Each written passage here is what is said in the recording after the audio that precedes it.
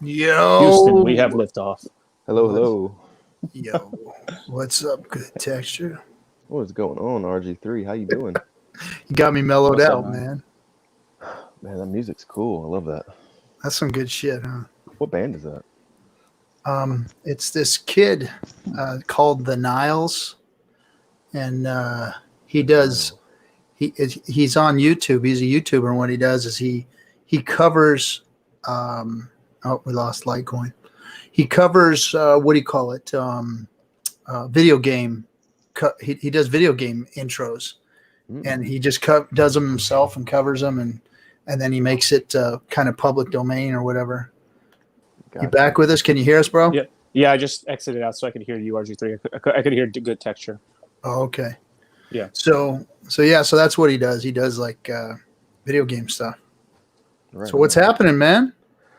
Man, just same old. Trying to ride out this dump that we're going through right here. Yeah. It's a baby dump. I think it's gonna get a little worse. That's just my opinion, though. But I think it's gonna keep going for a little bit, probably next week or two, and then I think that'll be the end of it. But I don't have a crystal ball. So. I've just been getting ready to pull the trigger. I got some dry powder ready to go. Yeah. I just haven't done it yet. Every time you say anything Good Texture, I just think it's like counterintelligence. I just don't know when you're telling the truth. I'm telling you the truth. I'm telling you the truth. I've never done anything deliberately like disinfo. Like the stuff that I tell people, like whenever I'm putting out FUD, I actually believe the FUD that I'm putting out. I'm not putting it out just to make people get wrecked. Yeah. So that's what I'm going through right now. Like I think it's gonna dump below 003. Right.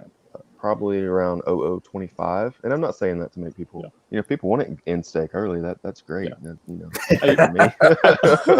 I usually like calling it like 25% of a penny, just because people kind of understand that a little better. Because it's kind of hard. I see what you like. It's I can't wait until we're at a penny, because it's so easy to talk like, oh, we're at a penny and a half, 2 pennies, 3 pennies. It's so easy to say that, Oh yeah. October. I bet we see a penny in October for sure. I wouldn't doubt it. If we see a penny in October, I can imagine what it's going to look like by the end of November. Oh man, insanity! Turbo pump. Insanity. Turbo pump. And, I think it's going to be the biggest pump by market cap in the history of crypto. I think it's going to even be bigger than what XRP saw in 2017.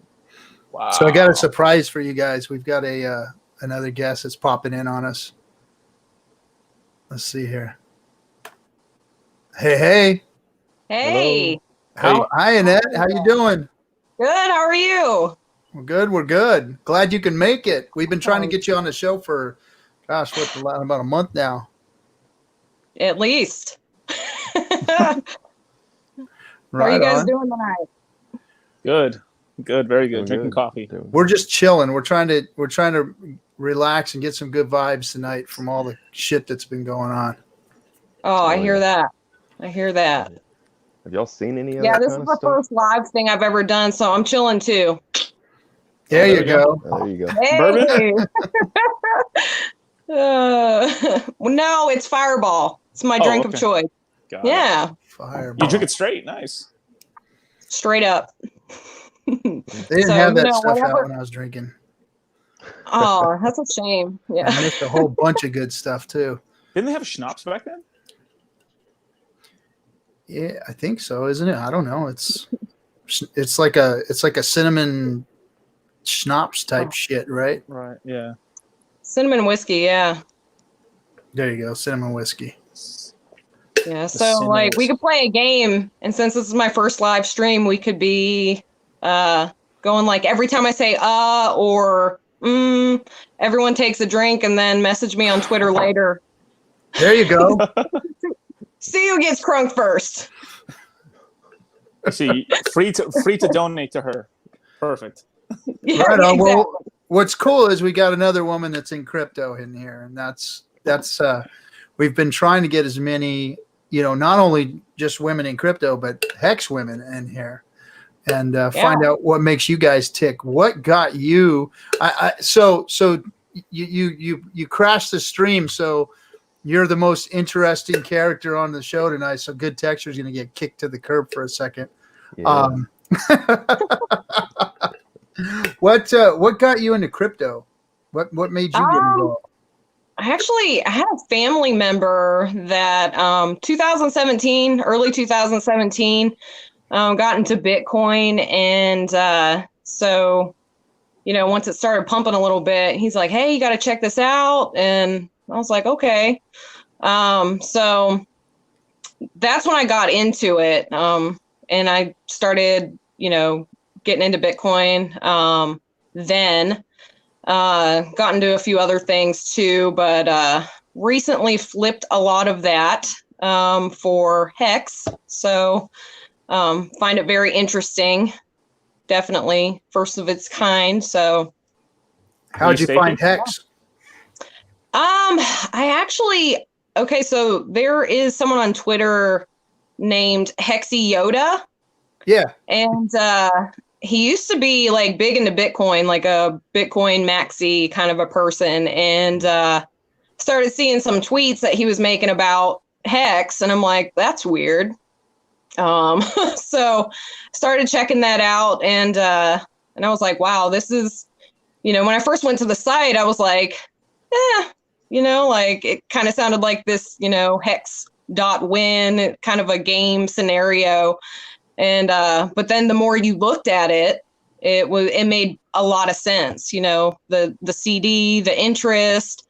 My favorite part is actually the penalties. So it makes it different, and so I really like that aspect of it. Right on. What about Litecoin said? Have you staked, or what are you doing? Yeah. I've staked. My stakes are all like past big payday. Getting ready to do the 15-year because why not? Yeah. Good Texture made this amazing tweet with like $1 turns into 12,000, and I was like, perfect sense. So yeah. I don't post that lightly because it looks kind of crazy. I know, and I saw it and I was like, man, like how old will I be in 15 years? Like, yeah, that's worth it. Got it. So small investment. We have two girls here. We have an undercover girl in the chat. Who's that? Errol G. She's an undercover girl. She's not revealing herself, but we've got two women. How do you know? I know. Trust me. Oh. Ladies, man. Good texture. Good texture. So, right, I've got some questions coming through, but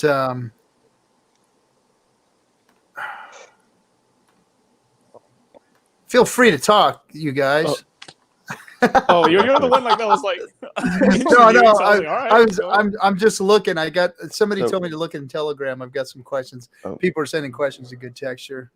So Annette, are you like stacking are you laddering your stakes like the smallest ones out to 5,555 and then bigger ones up front, or how is that going? Not really. Staking's going to be something that I need to do some more research on. Kind of just done random things with it. Anytime Hex is going sideways, I'll usually buy some more and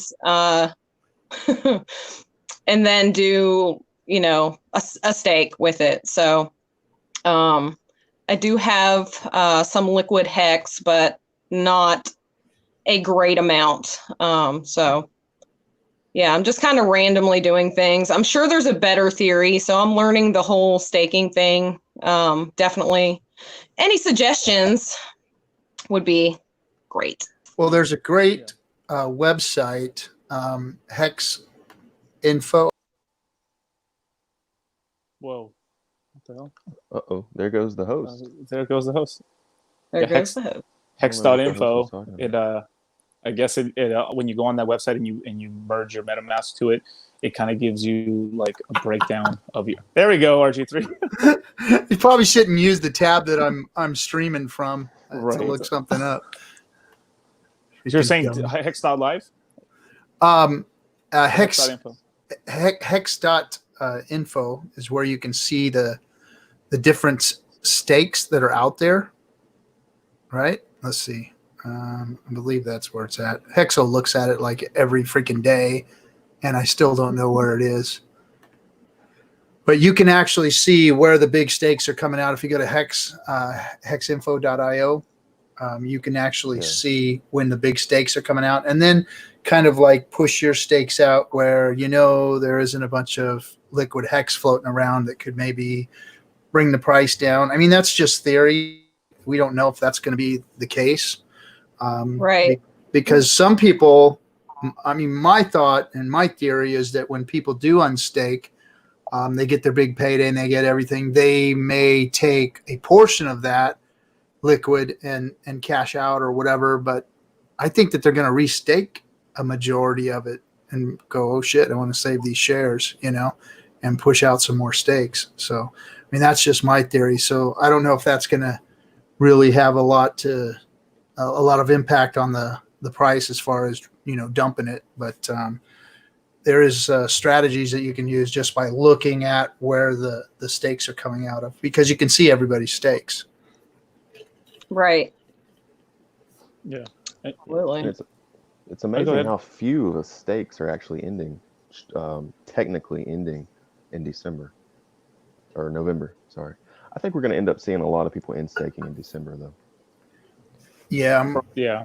My early stakes don't come out till then, December, January. The early stakes I have, they're not coming out till then. So I don't have anything coming out in November, really. Yeah. I mean, definitely. Go ahead. Oh, sorry. Either way, the stuff that comes out in November or mid-November, it's not that much hex because it was only like $1 billion for the first AA anyway. So I mean, even me who like FOMO'd in like 6 Ethereum, like you really only got like 150,000 hex on that day anyway.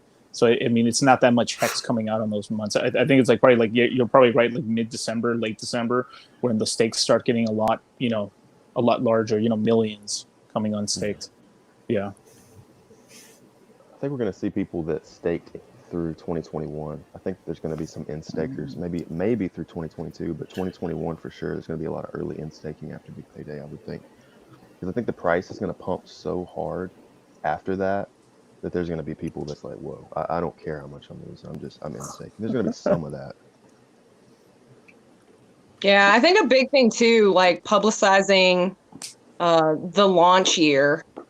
I think people were kind of skeptical, but it's only going to last a certain amount of time, and then it's going to go, to what, like 3.69% interest, depending on how many stakes are made. So it's definitely something to consider.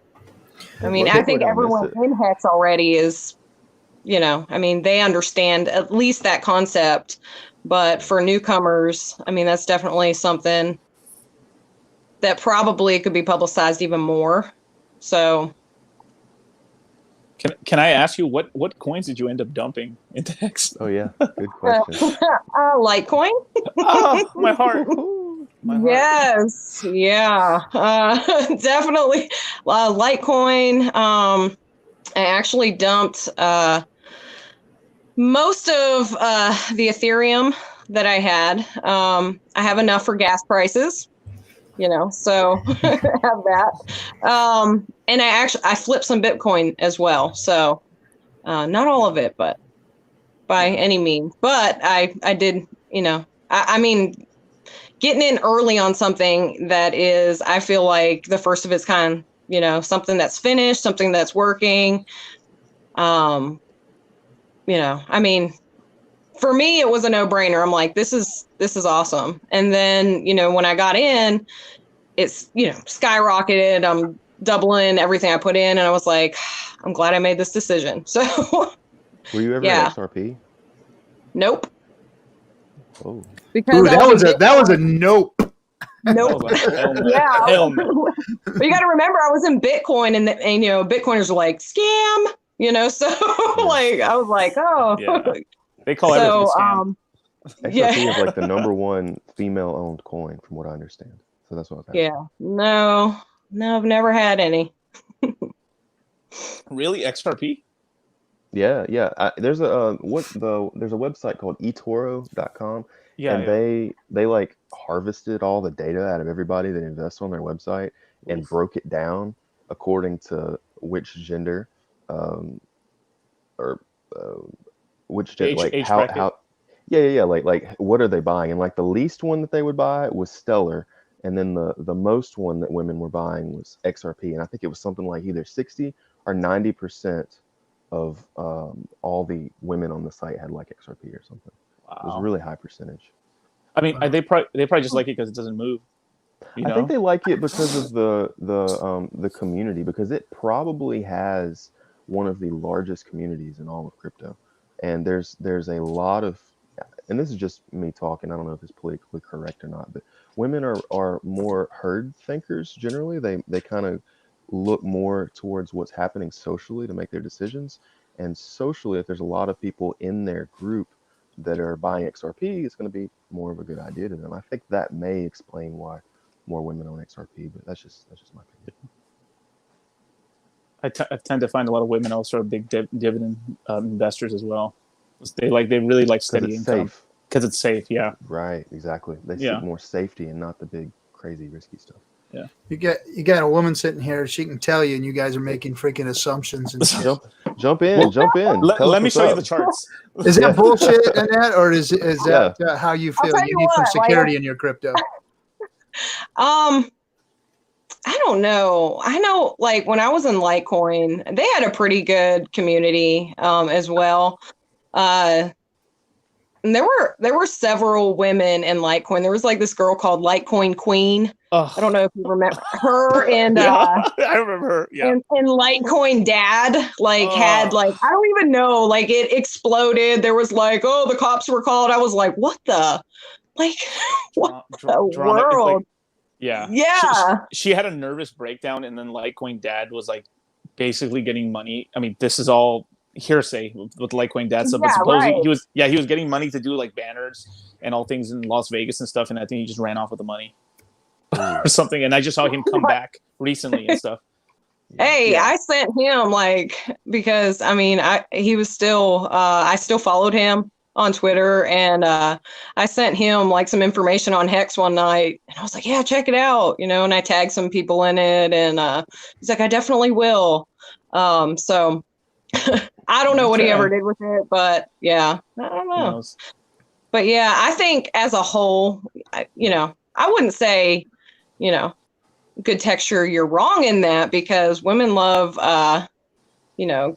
groups and, anything that they can talk about for sure. But I have found that the Hex community, I mean, that's the only reason why I'm on Twitter. Let's be honest. I love it. The people are awesome. I've talked to several people, in direct messages, you included, Good Texture. We've had conversations from what kind of food we eat to, Hex and what we think it's going to do. But yeah, I mean, the Hex community is awesome. I can say that. And for it being such a new, thing that everyone kind of just joins in and retweets everything. And I love it. I've always been a team player, grew up playing like team sports, and anything where there's a group of people, like I'm all in, so yeah, I've had a really good time with it. Absolutely. Yeah, the Hex community is amazing. Amazing. Because I've been around the block with a lot of other communities and stuff and everything, and like the Hex community is something really special. Like you don't see that much activity anywhere. Like, trust me, I've looked. There's nothing much. And there's a lot of clear thinkers in Hex. There's a lot of people that are actually thinking about things from a really from a perspective of reality, and not just not such a clouded perspective like a lot of these other coins do. Yeah, let me throw this up there just because it segues into what you're talking about. Bitcoin Ben, crypto viewing, this JSNIP4. I've seen that crazy. That guy's freaking weird, man. I'm sorry. I've watched some of his shit. He talks like out there crap, man. Big swear, cool. All but the communities aren't anything like what Hex has. I mean, we've got real conversation. Yeah, all the way from the top. Richard Hart is God, like he's such a character. I love him. Like I love everything he does. He's a smart ass. He's a dick. He's amazing.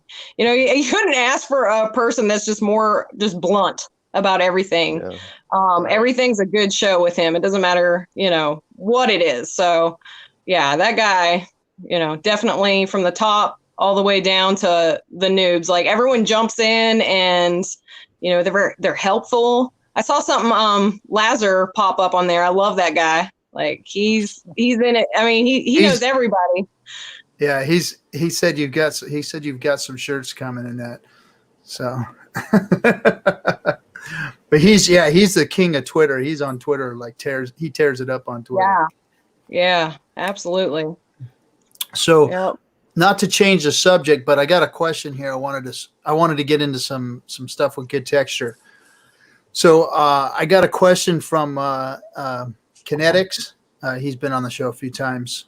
He was on our big our FN Hangout last week. But he said that he wanted Good Texture to talk about how somebody can get less than 3.69 returns on a hex stake. He couldn't find a scenario or do the math where it's true, but in your comments on one of your videos, you told me it's possible. So how is that? So what's the math? How does that work out? How do you get into that fucked up situation? So that, and I may be wrong. That may be a wrong calculation. The closest that I've come to making that.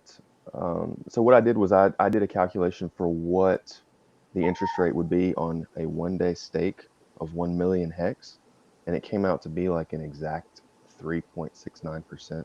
So that comment that I made may have been incorrect. I need to run the same math on a 1,000 coin stake, just something tiny Something for small. 1 day. Yeah, because there won't be any bigger pays better bonus or anything like that. So that I may be wrong about that. That may have been an incorrect message that I sent out. And if you send me a message on Twitter of where I said that, I can go back and comment under myself and correct myself and do the math for a really small stake and see if I can get it to come out as being less than 3.69%. Because I tried to do that manually and I wasn't able to. So I'd like to know where I said that so I can correct it. Okay. I think I'll have Kinetics pointed out. He said it. He's on the thread that you two were talking about it or something like that. So That's cool. Good. What else we got going on in here? Did you watch the Altcoin Buzz video, everybody? That was really Did good. not. You didn't see it? So I didn't. Mm-mm.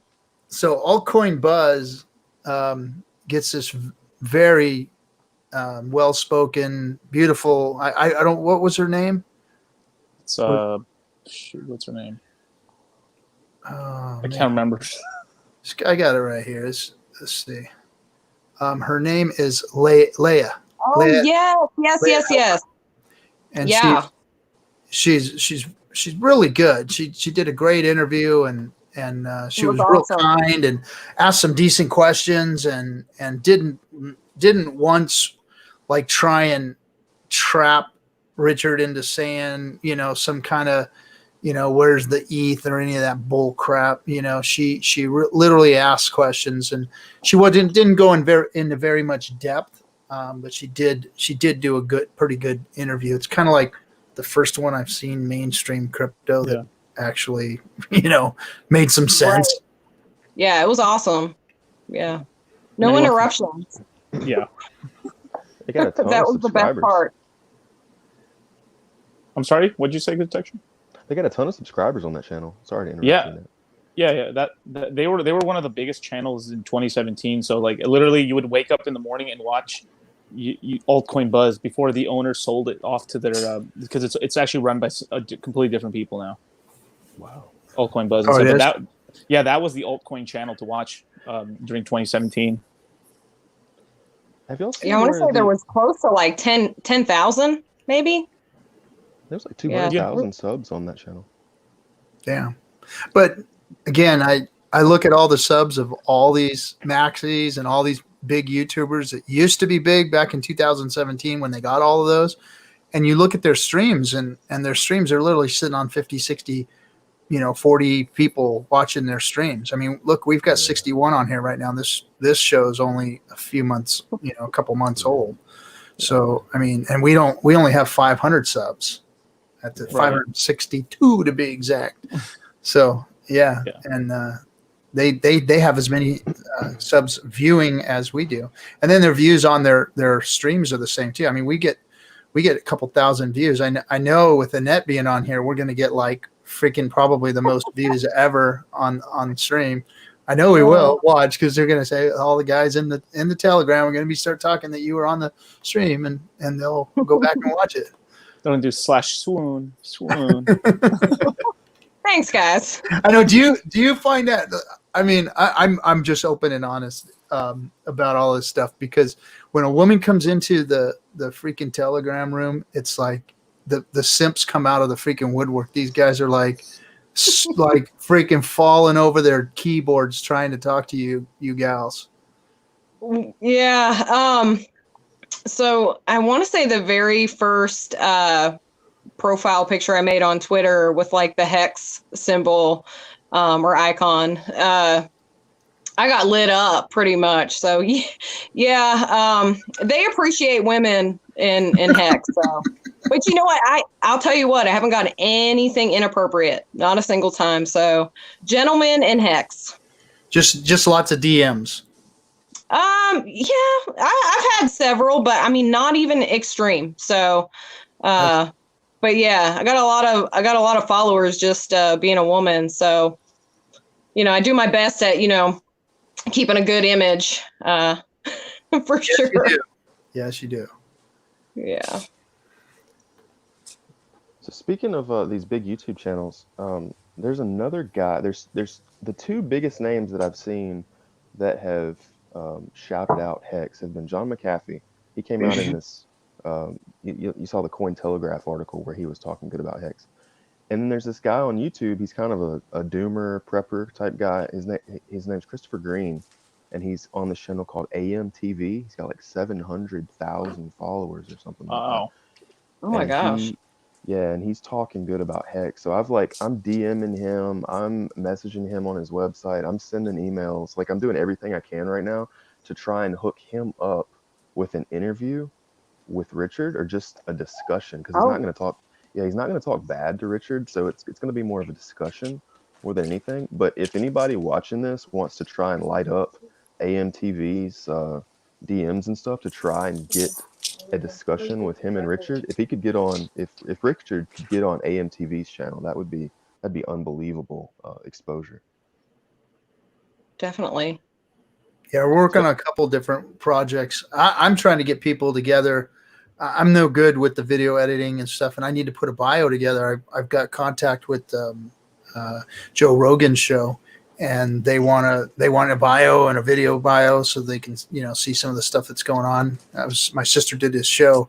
I was on there on the show talking to the producers, and they said yeah they're into crypto, and they've done interviews with some of the big people in the crypto world. So if we can get some people to put some video together, a good bio for Richard, then maybe we can get him on there too, because that's going to be a good show. A bio. What kind of stuff are y'all looking for?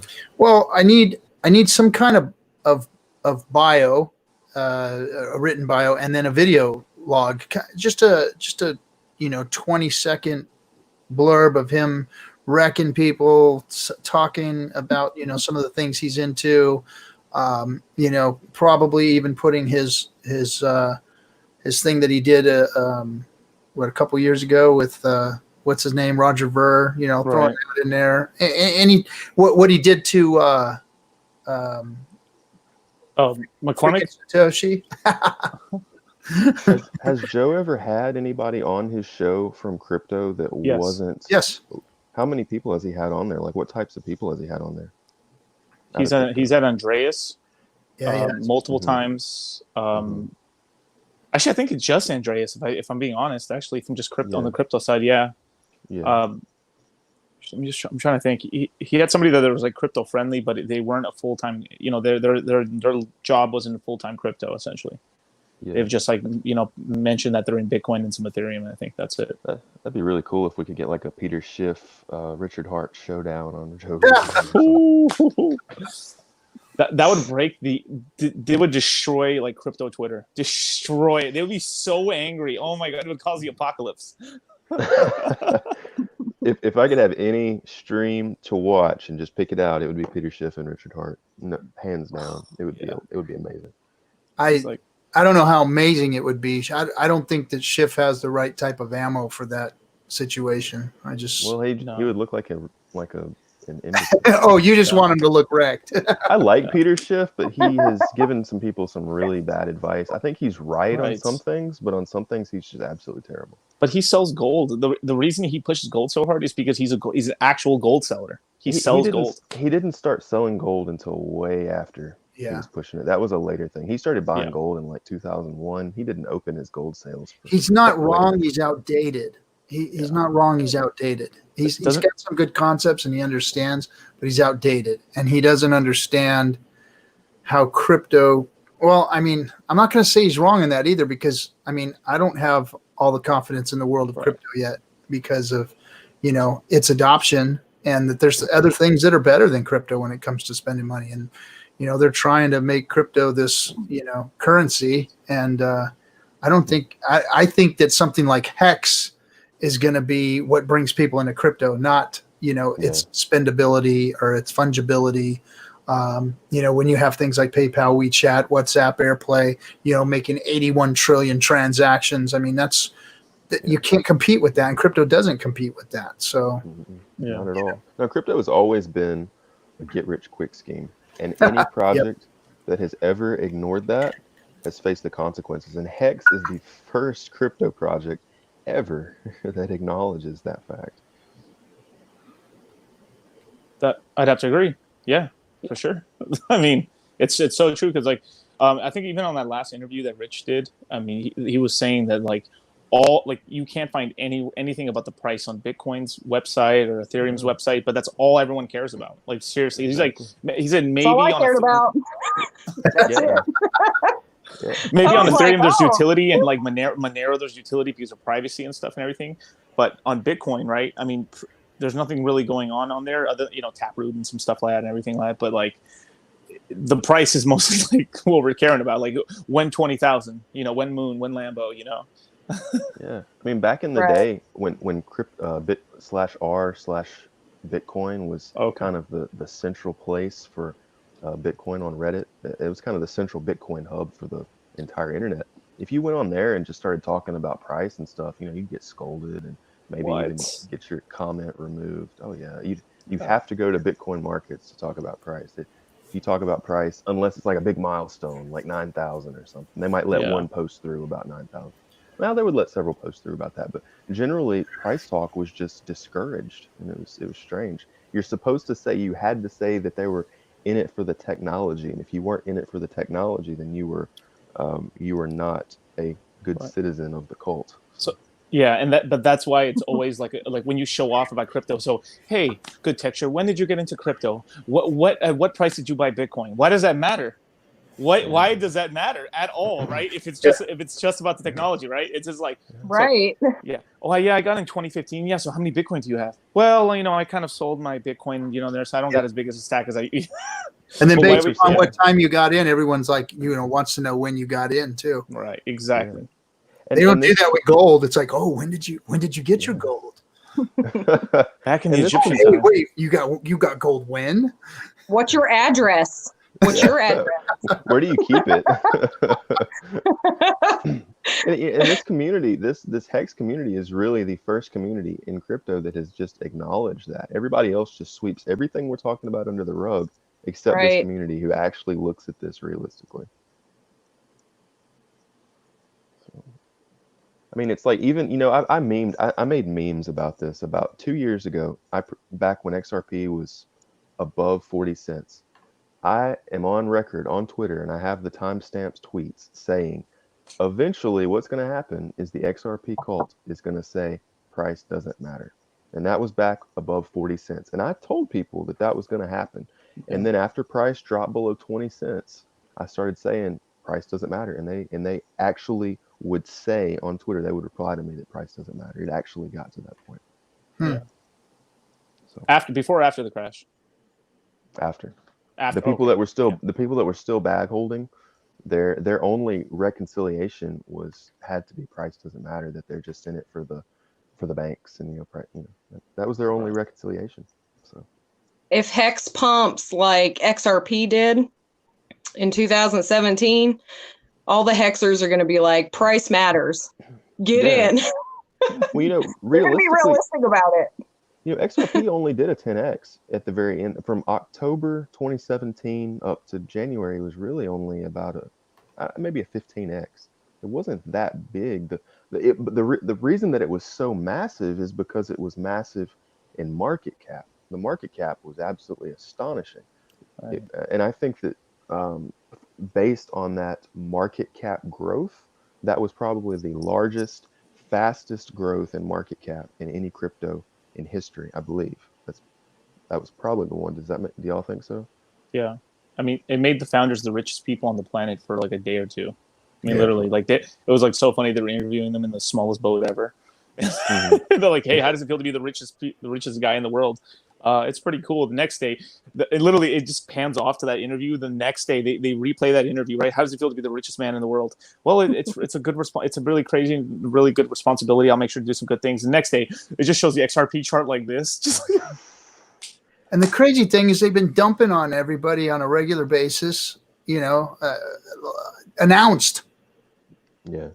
Well, I mean, they didn't this month. They locked it back up in June. So in June they pulled out the $1 billion coin in escrow, and then they relocked it up. They didn't use any of it.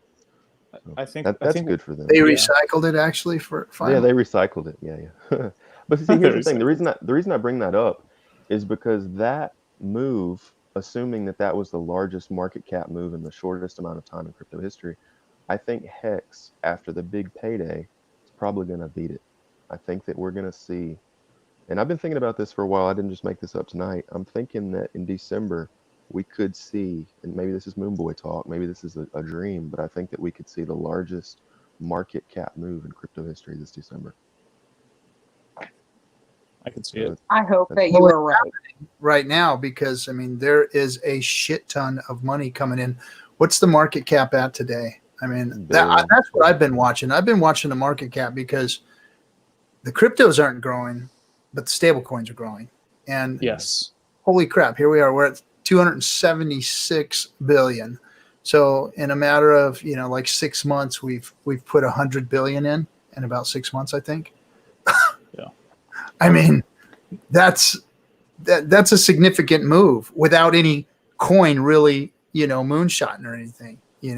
We've put 1/3 of the market cap in crypto, and it's just kind of sitting on the sideline. I mean, there's some big moves about to be made somewhere somehow. And another reason that I think bolsters that fact is because I can tell when I said that, it sounds kind of crazy. It doesn't really sound realistic to a degree. And when things, and I've been following these things for long enough, that when something comes off kind of strange like that, it's like, there's no way in hell that could happen. That's the kind of stuff that actually happens, not the stuff where everybody says, yo, in May, there's going to be a Bitcoin halving. It's going to pump to the moon. When everybody agrees and it doesn't sound crazy, it never happens. But something like I just said, that we're going to have the largest crypto move in history in December, something that sounds that outlandish and that ridiculous, when there's like 1 or 2 people that are saying stuff like that, that's the kind of stuff that actually happens, not the big Bitcoin halving pump that everybody predicted 4 years in advance. None of that ever happens. Not the stock market crash that's supposed to happen because the government couldn't decide on raising the debt ceiling. All that kind of stuff. None of that ever results in any kind of significant move. Yeah. It's the dark horse that always does everything. We've seen what one little whale does to this. We've seen multiple whale shots, and that wasn't a lot of money that moved it. It was a couple $1 million that moved it that way. And I mean, when an influx of money like that comes in, I mean, imagine $1 billion flowing in a matter of a month or so.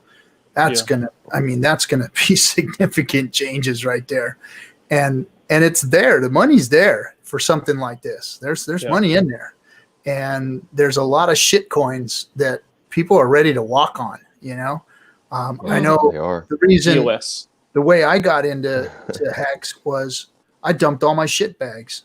I opened them up and said, I poured it on the table and I dumped all my shit bags and I got into Hex. And I put everything I could in there. And that's, you know, that's how I got in. So I had no problem dumping all of those. And I had some good coins that I thought were good coins, but they haven't done anything. And then all the maxi talk over the last year has got me into, you know, thinking, well, it's either going to be Bitcoin. None of these guys are doing what they said they were going to do. So Bitcoin is probably going to be the next moonshot because everything else here is just floundering and not doing anything, even though I kind of feel the same way about Bitcoin, to be honest. But, you know, not to bash on Bitcoin anymore like I always do. But, you know, it was like dump the bags, get into Hex, and that's the best bet, you know. But it's going to take... like you said, those black swan, some black swan events they're gonna happen. That's what you're gonna see. You're gonna see a maxi or two, you know, endorse Hex. You're gonna see somebody from outside big, like a Joe Rogan or, you know, like somebody like that is gonna talk about it. It's gonna shot. And speaking of, let me throw this up real quick. This is that's me at Joe Rogan's studio. So check it out. Cool as hell, man. So he does this. Roll, man. Does this picture. So when we were at the show hanging out, he's like, "Hey, dude, check this out," and he hands it to me. He goes, "This is a real fucking samurai sword. It's real. It's like 250 years old. Like I don't know how he got his hands on it, how he got it, but he's like, no, this is the real fucking deal right here. Here, put this in your hand." And the thing is so. I mean, it's cool, man. That thing is like so balanced and I mean, bad. Like you could rip somebody in half with that fucking thing. I just felt like, oh man, this is bad. And so I got to take a picture with this. He does a picture with the samurai sword with everybody, so I get to do that. But yeah, hey, anybody out there wants to help me get Richard on the show? I got access to those guys, and we should make it Operation Rogan. Yeah, that's right. I have a Telegram channel for it that I put together so people can go on there and collaborate and put it all together. Because technically, I mean, I could run this show, but I don't know how to edit video real well. It just takes too long, and you know, doing all the stuff I do and my kids and everything else, it's just, you know, trying to stay married. It's just it doesn't work. Trying to stay married. You don't know, man. You don't even. You have no idea. You guys have no idea, man. No idea. Oh, that should be a really top priority. Because I mean, the day when I was good looking, I used to just bat my eyes and, you know, I can make her do what I want. But not anymore. Those days are over with, man. She's done with my old ugly ass. that should really be a top priority. Can you imagine the kind of exposure that a Rogan podcast would? And it's not only that. It's not only getting Hex on the show. It's getting Richard Hart on the show. He's one of the most articulate, logical speakers that you'll just ever listen to. People would actually enjoy listening to him. And that's why I just haven't gone and talked to my the guys asked me. He's like, so hey, are you gonna get something for me? I said, yeah, when I put it together, I'll get it to you. But I want to have something good to put together. I don't want to just throw something at them. I want something that's gonna professional, professional, so that they can go, wow, let's put them on. You know. Yeah. That's important. We should really get the ball rolling on this. If it's something that actually has a chance, I know that we have. Oh, it has a chance. They want to talk. The producer's telling me, you know, get it to me, and we'll take a look at it. So I just need somebody to get in that Telegram channel and get on fire. Okay, because we got a ton of guys that are doing videos. They did a video for a Hexologist show. So somebody can do it for this. Yeah, Hexologist show. His intro is beautiful. I know that we can get some of those guys to put some promo material together, Richard, and that would be exceptionally productive. And not just because we're in it, but it is a good promo. Yeah, intro. Yes. Oh, Operation Rogan's a go. Are we in it? Yeah, you're in it, bro. They did a bunch of like us on stream with Discourse Syndicate, like it's kind of flowing across. You're in it, Litecoin's in it, I think, and then I'm in it. A couple other guys are in it. They just kind of run our faces across a couple of times, so it was cool. So there's a Telegram group for this operation. What did you call it, Moses? Operation? Oh, Rogan. Yeah. I've got it. It's called. Let's see if I can find it here. I need to get in there and start. Yeah, I'll put you in. I didn't open it up to everybody yet, just because I wanted to try and find people that actually knew what they were doing, and I don't, but I know people that do. That's what I do, bro. It's just Coffee's pretty good too at it. Yeah. Yeah, let's see here. Where is it? Go ahead and talk while I look for it. I'm just thinking. I'm thinking about the possibilities, and wow, why are we not moving faster on this?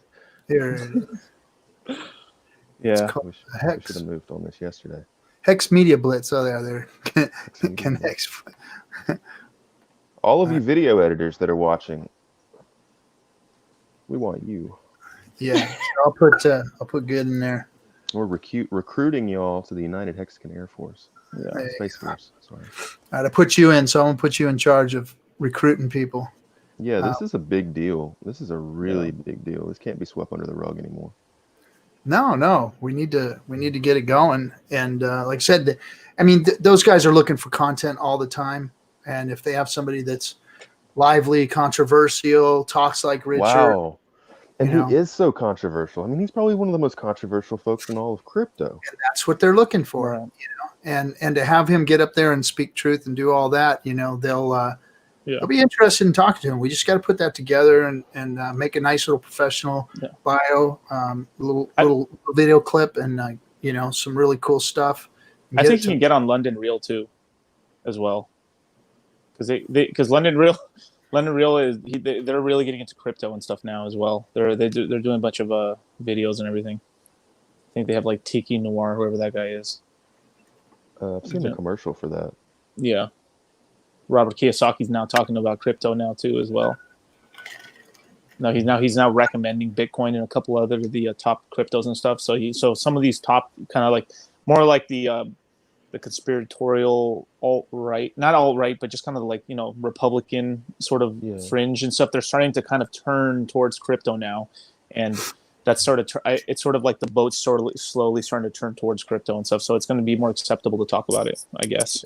It's only a matter of time before some of these big names start throwing around Hex. Now, later this year, around the big payday, all that stuff is just going to align, and it's going to start getting ridiculous. It's You know what I haven't been doing? I usually always throw the link out to Richard, you know, just in case he ever wants to come on. He doesn't usually, so I kind of forgot to send it to him the last few times. I just sent it to him. I gave him an open invitation, and then of course the Cutthroats group is open invitation to all the people in there. I'm scrolling through the chat. I've not looked at the chat since we started talking. So how do you pronounce your name? Annette? Annette? Annette. Mm-hmm. Annette. So what Annette, what channels would you think that people would probably like someone like the Hex community could probably talk to and get into, you know, that you watch on YouTube? You know what? I'll be 100% honest with you. I struggle to catch like the Hexologist 3 or 4 times a night. So it's something I just don't have a lot of time. I was sitting here thinking while you guys were talking, I'm like, wow, like they know a lot about a lot of things. But I swear if I had more time, I would be one of those people that would become obsessed with something and I'd know everything about it. But yeah, time's an issue for me. I'm just like your average, you know, everyday person, you know, going to work, trying to catch a few things and all that. So, yeah. YouTube Red, I mean, like, it's not the best platform, but at least it lets you kind of listen to videos while having your phone in your pocket. It's really helpful. Because, like, I mean, if I were just trying to watch all this information on YouTube and stuff, there's no way I'd be able to just sit at work with my phone in front of me looking at the video. That's like crazy. Right. I would get, you know, I'd get fired from places, you know? Right. But like I always end up having like one year on like this all day and just try to grasp whatever I can grasp, you know. It's not perfect, but you can. Yeah, exactly. Yeah. And you'll be surprised. I mean, if you could find 4 hours somewhere and stuff, and like if you do 2-3 hours a day, I know that's a lot, or maybe every 2 days of just videos and stuff, basics, and then just kind of your fringe stuff, like your favorite, you know, like I always watch like 1 hour's informational, the other hour's more like popcorn. You know, like I'm just watching like basically like soap opera stuff, and the other one's just kind of like, I don't know, like what you actually like to watch on YouTube. And over a 1 year period, you end up grasping like 400 or 500 hours of video content that Yeah. really makes you, because in 1 year from now, if you just watch 1 hour a day, by the end of the year, you sound like some genius to someone coming into the crypto. Like, Jesus, Annette. Like, no, I'm not trying to say I'm not that smart. Like no. you know, I'll get back on the show and I'll be like, listen, I did my hour of like YouTubing for like a year, and just hit me up, ask me. Yeah. Let me make a quick public service announcement here that Richard just sent up. It says anyone that fell for the hex pool scam ending with .xyz, you need to disallow his DApp immediately, as he can empty your wallet since you probably gave him permission to. This is why using real hex makes a lot of sense. Don't get scammed. Users are reporting he's robbing them. Was that one of the main pools that was alleging? I don't think that was the hex pool. I think that was the there was another one that came out .xyz, hex pool.xyz or something like that. God damn it. That's brutal. But yeah, you know, that stuff's out there. You know, there's some crazy shit in crypto that you don't see, like in so here we are talking about a financial product for people to invest in, blah blah blah, whatever, you know. But there's all these scams out there for people to rob and steal your money. There's fake, you know, wallets and scams and all this other crap that's out there. I mean, you just don't see that as much in like typical financial products. You know what I mean? Yeah, it's a lot less risky. I guess crypto is kind of equivalent to the penny stocks. Yeah. Because a lot of those are scams. Yeah. Well, pretty much. Yeah. Yeah. Kind of like crypto. Yeah, Most of I'm those like are one of scams. those people, if I don't know about it, I'm not messing with it. Like, I don't even have time to mess with it. Okay, so how long have you been in crypto, Annette? Since 2017. Okay, so you got in the last couple of years. So you probably know a little bit more than me, just because you probably have more brain cells left. Probably not. And then so what? Look, hex isn't easy to understand, and you just said, you know, I ain't gonna get anything I don't understand. How did you have you don't have a lot of time? How did you figure out that hex is good enough? What made you do it? Was it that you believed in Richard and what he was saying, or did you actually look at stuff and go, okay, no, this is right, this is right, this is right? What made you decide, okay, hex is cool? Obviously, the concept behind it, being able to stake and earn interest, that was, you know, a big thing. I know there's other crypto that you can stake in, but really, like I said earlier, I got into Bitcoin, and for me, you know, I'm a hodler. So for me personally, I don't have time to, you know, read up on the news and all that. And Bitcoin kind of carries that like brand name, you know, and for me, it was one of those things where it's like, okay, but I felt like before anything else would succeed, Bitcoin would have to succeed. So I got into it that way. So I've always had this concept of, I don't want to have to sit and worry about, like, is the price going to plummet? Is it going to go up?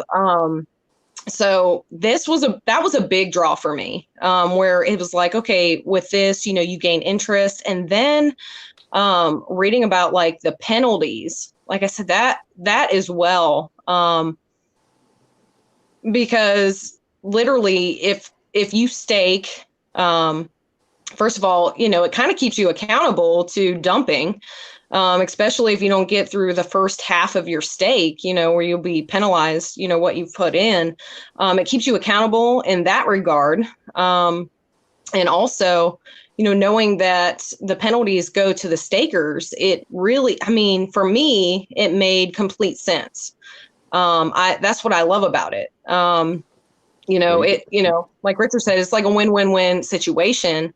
You know, you're winning if other people are end staking early. And, you know, obviously if you're getting in the launch phase, it's even, I mean, the bonuses of that are huge. So, I mean, between all of that and knowing that it's a finished project, you don't have to worry about, you know, everything else, you know, what XRP had like how many employees and all this other stuff.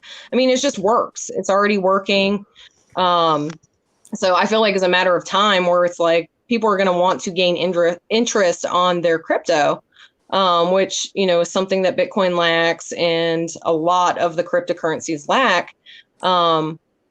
So I was thinking in my mind, even if it doesn't skyrocket, you're still going to gain that interest as long as the concept continues to be carried out and people start, you know, finding interest in it. So that was the aspect that I liked of it, but definitely the penalties. You know, you see so many people on there being like, I'm going to, you know, hold Bitcoin, and, you know, they're selling it. And so the penalties, I really like that. I like that aspect of Hex.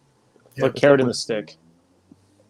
Like Hex is the first crypto that really rewards people like yourself for being too busy to look at it. You get rewarded for being too busy, and that is an allure that is going to attract more mainstream type folks than, or not even mainstream, just general audience than people then it would get into people into Bitcoin, because most people don't have, like you, Annette, most people don't have time, or in a lot of cases they don't have the desire to check up on this stuff every day. They want to just set it, forget it, and you have to think about it. They can check on it every couple of months or something like that. But being rewarded for forgetting about it and not having enough time to look at it is a new concept for sure. You said set it and forget it. Yeah. Popeil, what's his name? Is that what he is? Mr. Popeil? Guy that did the first air fryers that came out. That was a long, anyway, probably aging myself, but just don't lose those private keys. So God, obviously, Annette, you didn't just, you did your homework and you know what it was all about. And so hats off.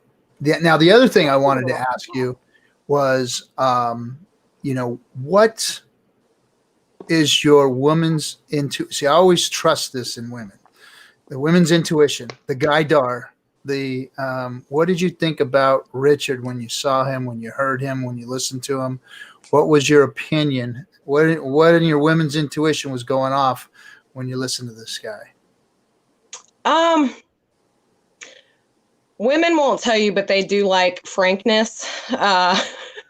We'll act offended, but really we rather have it straight. So every time I've ever heard him, like I don't know if I'm sure you've seen the video where he goes against Tone on some of the things of Hex, and he just made him look like an idiot. You know, and and I love the fact that everyone's calling him a scammer, and he's sitting there and he'll point out over, who have I scammed? What have I done? You know, prove it. And I mean, people are just angry. And so you see somebody making complete sense who is willing, like, hey, just ask the questions, let me answer.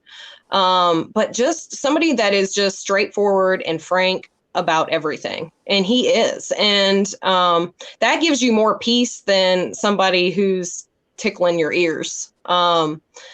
So from my point of view, like, I like what he does. I like I said, I mean, Hex, I mean, it's really ingenious. The whole concept behind it. Like the first CD of crypto, I like the fact that he talked about if cryptocurrency is going to, take off, it needs to replace all the things that the banks are able to do. And CDs are huge. People, will invest, and, you gain your interest, and it's like Good Texture said, it's easy. So definitely I love Richard Hart. I love, just he's very real. So yeah, from my point of view, I think he's a good leader, and he's very bold and just blunt, and he'll give it to you straight. So you got the feeling that straight talk that he throws out there. Absolutely. Yeah. And I think if people would just let their guard down a little bit, you know, I think so many people get into crypto and they're following certain leaders in crypto. And as soon as somebody's like, oh, this is a scam, or this is, like I said, like, you see, you know, I used to follow this guy called Kevin Pham, Pham. Oh yeah, I'm sure. yeah. Oh yeah. He was Bitcoin. I mean, and he was blind. And I thought he was like the best thing, you know, and what it was like last year, like all of a sudden, like he's like, Bitcoin sucks. And I'm like, what? Like, I think it just threw me off because I got off Twitter for a while, and, you know, and you start realizing like people are that, you know, and like the guy that I followed, Hexioda, you know, he was a Bitcoin maxi, and, you know, like he was like nothing else, you know, and then you start seeing different people and they're turning away from just Bitcoin. And I think with the technologies and all the different things that cryptocurrency is able to do now, you got Richard talking about Ethereum and, you know, how it's outperforming Bitcoin. And so there's a lot going on. But yeah, I think between all of that, you know, as a whole, I think, you know, the way Richard will portray something or he'll talk about things, you know, he's very straightforward. And so I think it's a good thing. Right on. Hey, Annette, do us a favor and tell everybody to like, comment, and subscribe. Like, comment, and subscribe. That may be coming from you. My get them I'll repost the video as well. So once you get it, we're growing pretty good. I'm kind of pleased with how it's growing. We're at 560 something today, so that was cool.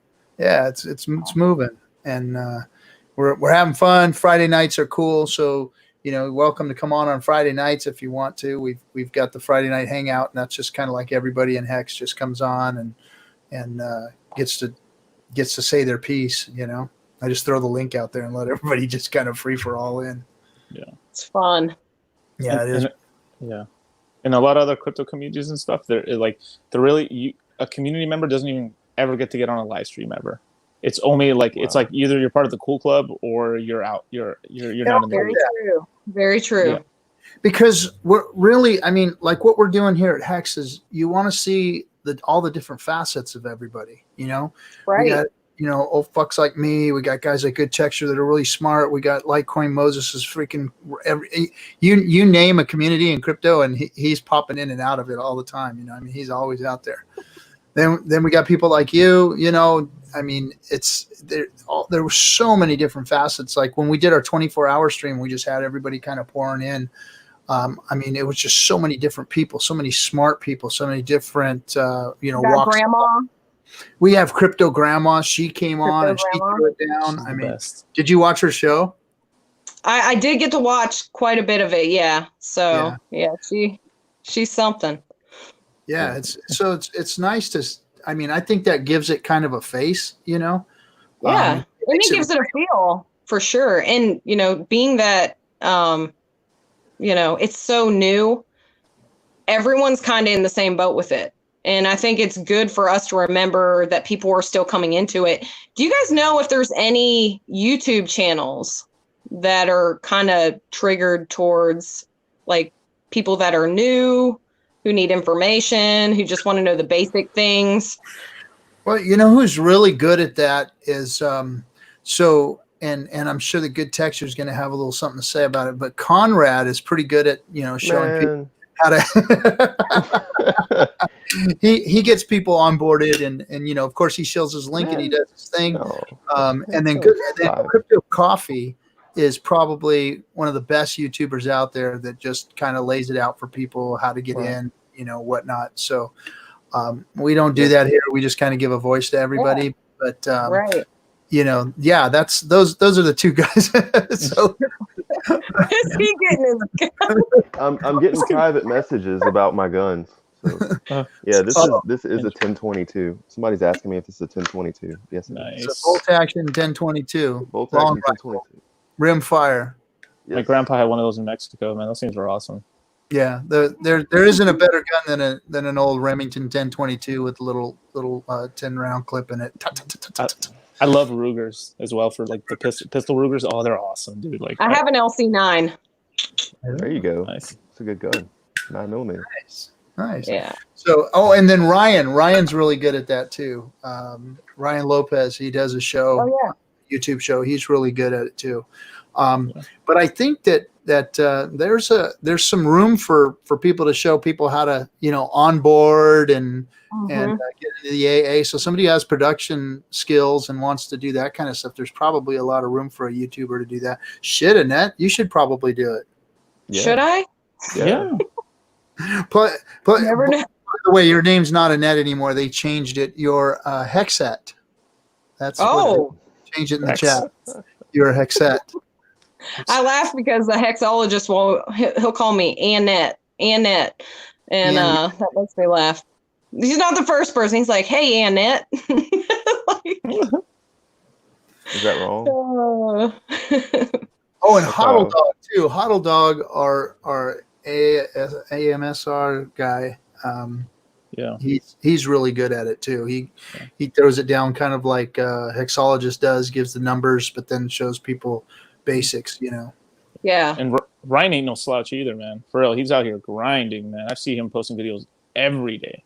Yeah, Ryan and Coffee are probably two of the hardest grinders next to Hexologist. I mean, Shout out to Hexologist, Firebun. freaking machine. I mean, he's out there every day doing his thing. But Conrad's okay. He's just putting out like info that's not even right. Like he blocked me and got all upset with me on a live stream and started a live stream that had like 5 people on it, by the way. And he got all upset with me because I popped in and he said, "You must get into the adoption amplifier. You must get into the AA because that is how you make the most money." And I said, "Show me a single day since April the 19th where anybody has made more money by being in the AA than being on Uniswap." And he blocked me. So he's putting out bad info just so people will use his referral link. It's not cool. Oh, I caught yes, hell I heard of for this. showing- Yeah. I caught hell for showing like a 1/4 inch of cleavage on my video that I made. So I got you. I was like, really, well, yeah, trouble for that? Yeah, it's true. I was like, what the heck? I haven't heard any trouble from the chat rooms and stuff. No, I haven't either. Video. I didn't want to be like that crypto titty bitch or whatever, like crypto titty. I haven't asked anybody for money or, I was like, yeah. Well, Trust me, you're a lady. I mean that's life. Women have that thing, and you guys freaking know when to use it, and you use it, and that's just part of life. I don't know why people get upset about it. Like they always get all and whatever helps Hex, okay? Yeah, these crypto influencer gals, like there's a couple of them that got some pretty racy shit out there. I mean, they're like damn near porn star type things, and they've got a 64,000 followers and stuff, and they used it to their benefit. I mean, is it right? Is it wrong? I don't know, but they're doing their thing. So it's, man, if I had it, Yeah. But I mean, I appreciate you guys having me on tonight. I had a good time. So my battery's getting low here on my phone. right on the net. We appreciate you coming on. Yeah. And anytime we'll try and get you back on again later on as things start to heat up. And then anytime on the FN Hangout, if you're not doing anything on Friday night, you're just sitting there with your fireballs or whatever those things are called. Hey. Yeah. You ain't got nothing to do. Come hang out with us, crazies on Friday nights. Yeah. So, Nice all right. meeting you, Well, good talking. Yeah, you guys too. All Hope you have a good night. We'll see you. Bye. Bye. All right, fellas. We had an actual real life girl on the show. Oh gosh, alfalfa. Well, that's 4 now. That's 4 women that have been in the Hex community. We had Grandma. We had that outsider nerd girl, my Twitter friend, who, by the way, has been really supporting us still out there. She's been defending, especially on that post with Richard did, and so she was out there in the comment section defending attacking some people too for saying like blasphemous stuff of saying it's a scam. You know. Yep. And what's his name has been very supportive too. Seth, the guy that we did the interview with, he's been real supportive of us. And so that's been really cool to see. You know, he asked some very tough questions, but he's been supportive of us too. So that's cool. And then we had oh shoot, I'm forgetting her name. The gal that has her own YouTube channel. Oh yeah, I know who you're talking about. Selena. Yeah. And then who else did we have? We have one other woman. Nope, that's it. 4. So they had 4. Now we had Annette. Been trying to get her on for a while. She did her video. We sent her a message, and she said she'd come on, but she was afraid that she wasn't going to be able to with her phone. But Litecoin knows that that's what. I know the struggle. But yeah, but people disrespect the phone, but that's all we use, to tell you the truth. I mean, the average person, outside of maybe a programmer and developer, I've told this to like tons of communities, and there's like this blatant disregard and disrespect for like phones, but that's all we use. Literally, like, it's insane. Like it's like getting mad at like, it's like I want to keep using my dial-up phone and stuff when I've got a cell phone here, you know. Not embracing technology. Yeah, Franklin said tired of looking at our ugly asses. I do too. It's nice to have it. Yeah, clean up the place a little bit. Freaking smelling like our dirty gym socks around here. I'm working out again finally. I've 2 days in a row now. So I've got where I live. There's hills. There's like big hills, and I live up against the mountains, and so you going for a walk is like a freaking chore, man. So I did like 5 miles a day. Went out there and did a slow jog, walk, trying just to get things back moving again. Oh shit, freaking so sore, dude. It's been hot as hell these past days. Holy shit. Yeah. Are y'all both in Cali? Yeah. He's from North, but it's like where Hex Jesus lives. I'm calling Hex Jesus. Where he lives, and then where I live, it's like from Florida to friggin' Virginia. I mean, we live in California, but we live extremely far from each other. Yeah. It's a long drive. It's like driving down. It's like 5-6 hours, right? Just to get down. I think it's like 6 hours to get where you live. Yeah. Yep. About 6 hours. Nice drive though. It's probably the best drive in the world. Yeah. The road. Yeah. And actually, I was really worried because I went on a trip for the past 2 days, and I was really worried we'd get stopped because by Gilroy to San Jose, these protesters had stopped into the highway and were banging up cars and stuff and everything. And I was really worried and stuff because we were going into this. I actually took a different road just to make sure that we wouldn't get stopped by like protesters and stuff. And it was cracking me up. I didn't see any protesters in the 102 degree weather and stuff. I didn't see a lot of them out there. They like to protest on cold days. What's the humidity out there when it's 102 degrees? It's not. We don't have any humidity. No. Okay. It's maybe inland, maybe closer to the sea if it's like that hot, but it's never that hot. It's never that hot. The beach. The beach is like an air conditioner in the summer and a heater in the winter. So like in the wintertime, if you're out on the beach in California, it's warm down there, and then in the summertime it's cooler down there. It's like a thermostat, and that's why we have the weather we have here. I mean, it's just in the 70s. And in the summer, where I live in the summer, it gets a little hotter here. Like Litecoin's, his is he's got nicer weather there, a little cooler and stuff. Yeah, but you drive out 30 minutes any direction towards inland or a little more upwards towards like downwards towards like LA and stuff. It starts getting really hot really quickly and stuff. So like 30 minutes out from the coast and stuff, you are like 20 degrees hotter. Yeah, but it's dry heat. They call it dry heat. So like when it's 110 out here, it's not like it's like 90 degrees over there in the south. Because it hits 90 in the south, and you're like dying, man. It's like shit's just pouring off of you.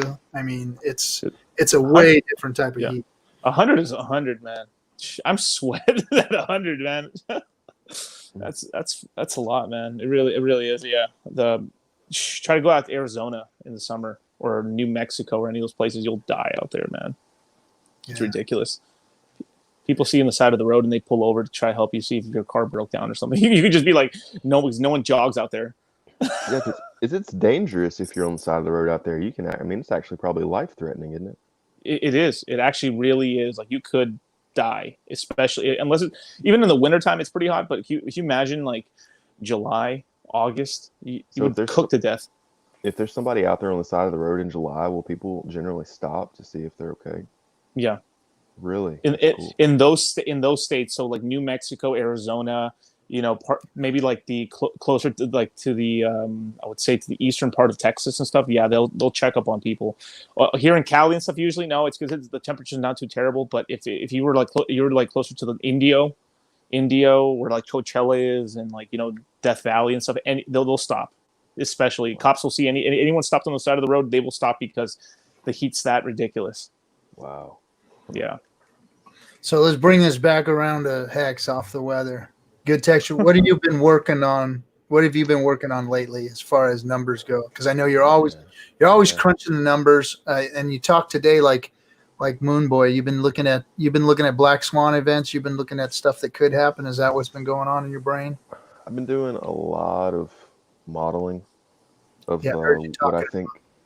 Yeah, I don't know that I'm ready to 100% spill the beans, but I have found out why Richard said 2.5 years, 10,000x. I know with 100% certainty why he chose those numbers. And you found that doing the maths, you were poking around and. Yeah, I've been poking around for a long time, just trying to create my own models and look at what's going on with the hex price and the price of other things, and just the price of the crypto markets in general, trying to figure out, get a handle on where this thing is going. And that's why that's one of the reasons why I'm being so adamant about what we're going to see in December. It's going to be absolutely mind-blowing. So not to interrupt you, but yeah, mind-blowing.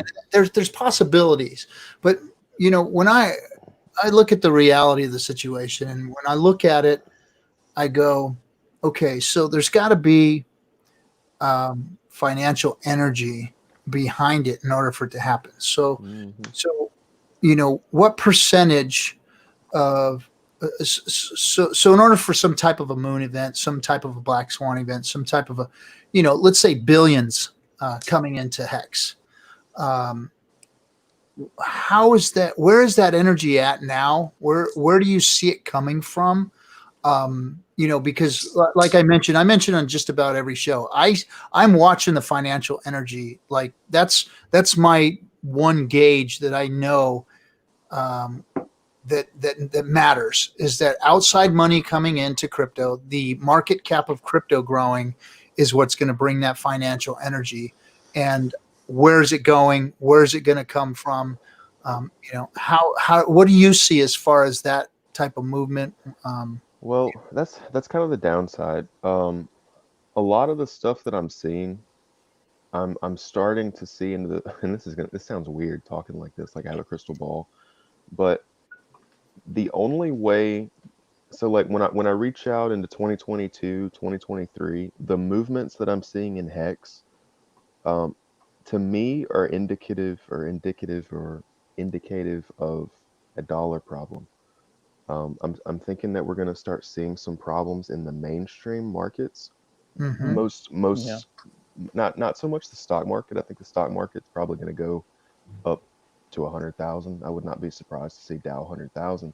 But the underlying currency that the Dow is priced in, I believe, is going to start experiencing problems. So it's kind of a double-edged sword when it comes to making these price predictions, because like let's do some the guy at Phone INF or INF Adrian, some of his math, $17,000 hex.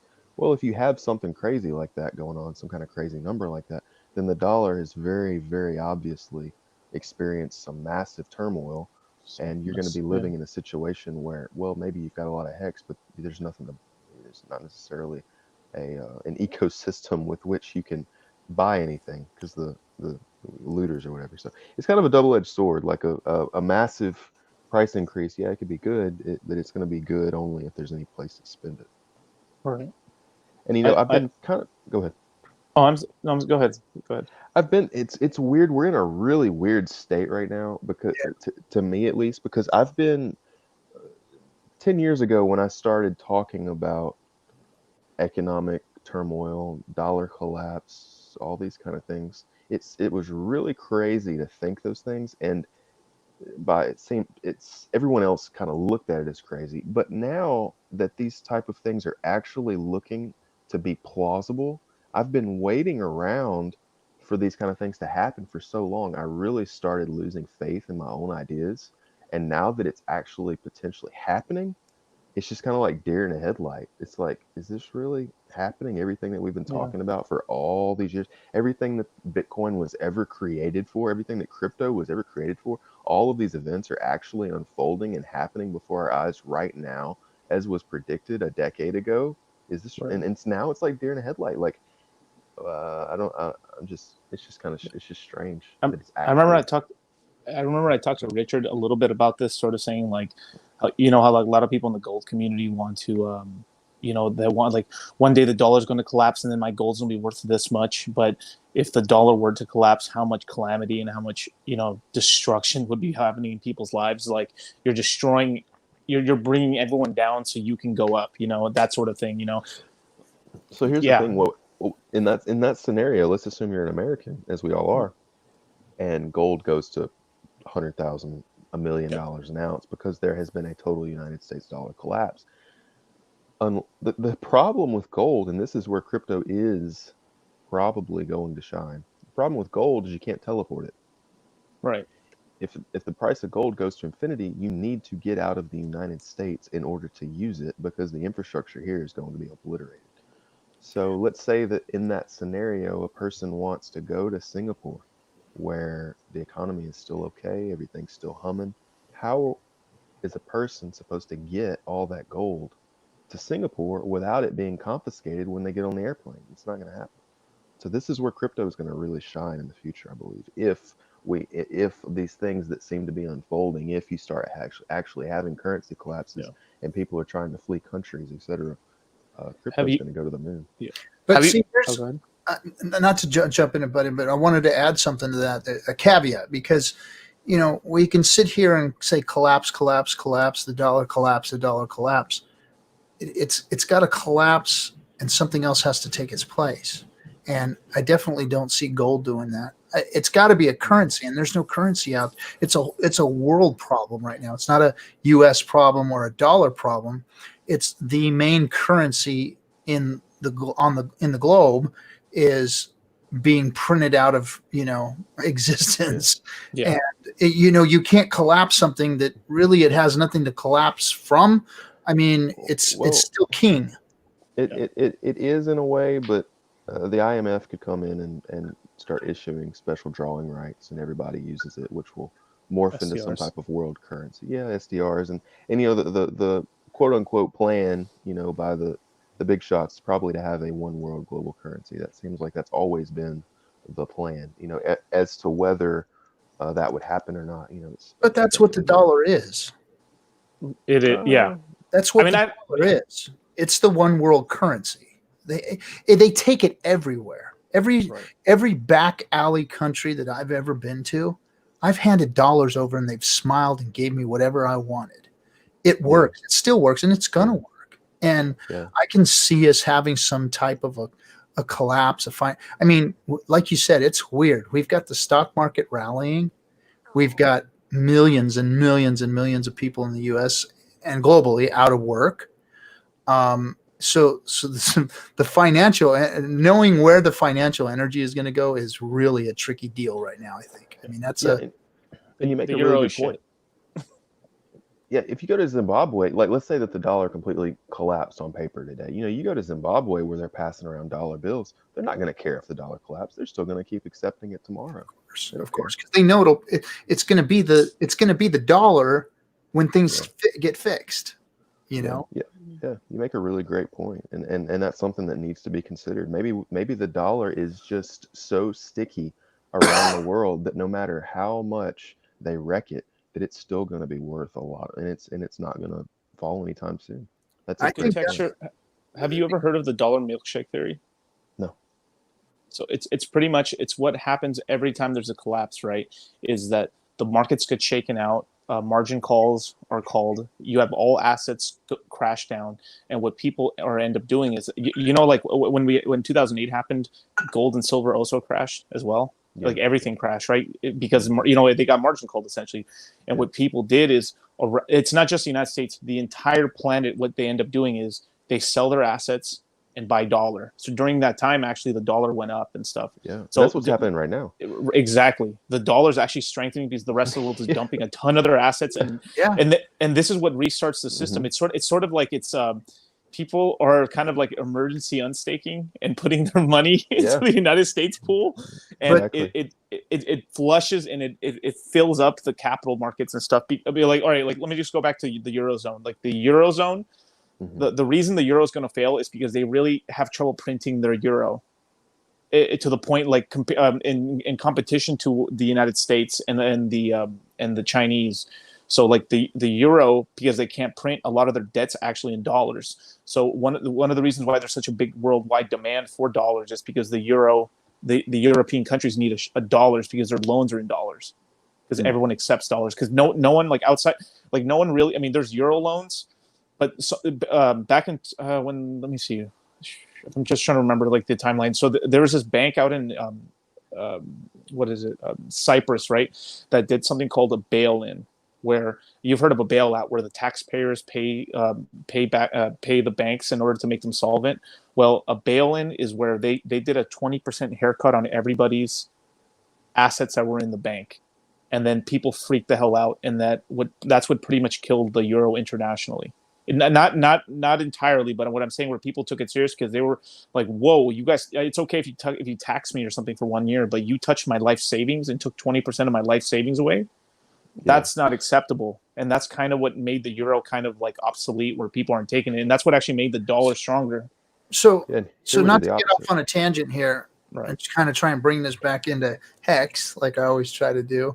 And why it comes back to Hex? Why does it pertain to this? Because here's my fear. So when I look at the economic energy and all the trillions that have just been spent, I look at it and go, okay, where did that money go? Because money doesn't disappear, it just moves. It moves. And the movement of money is what creates economies. So giving money to those of us who spend the money is the way economies grow.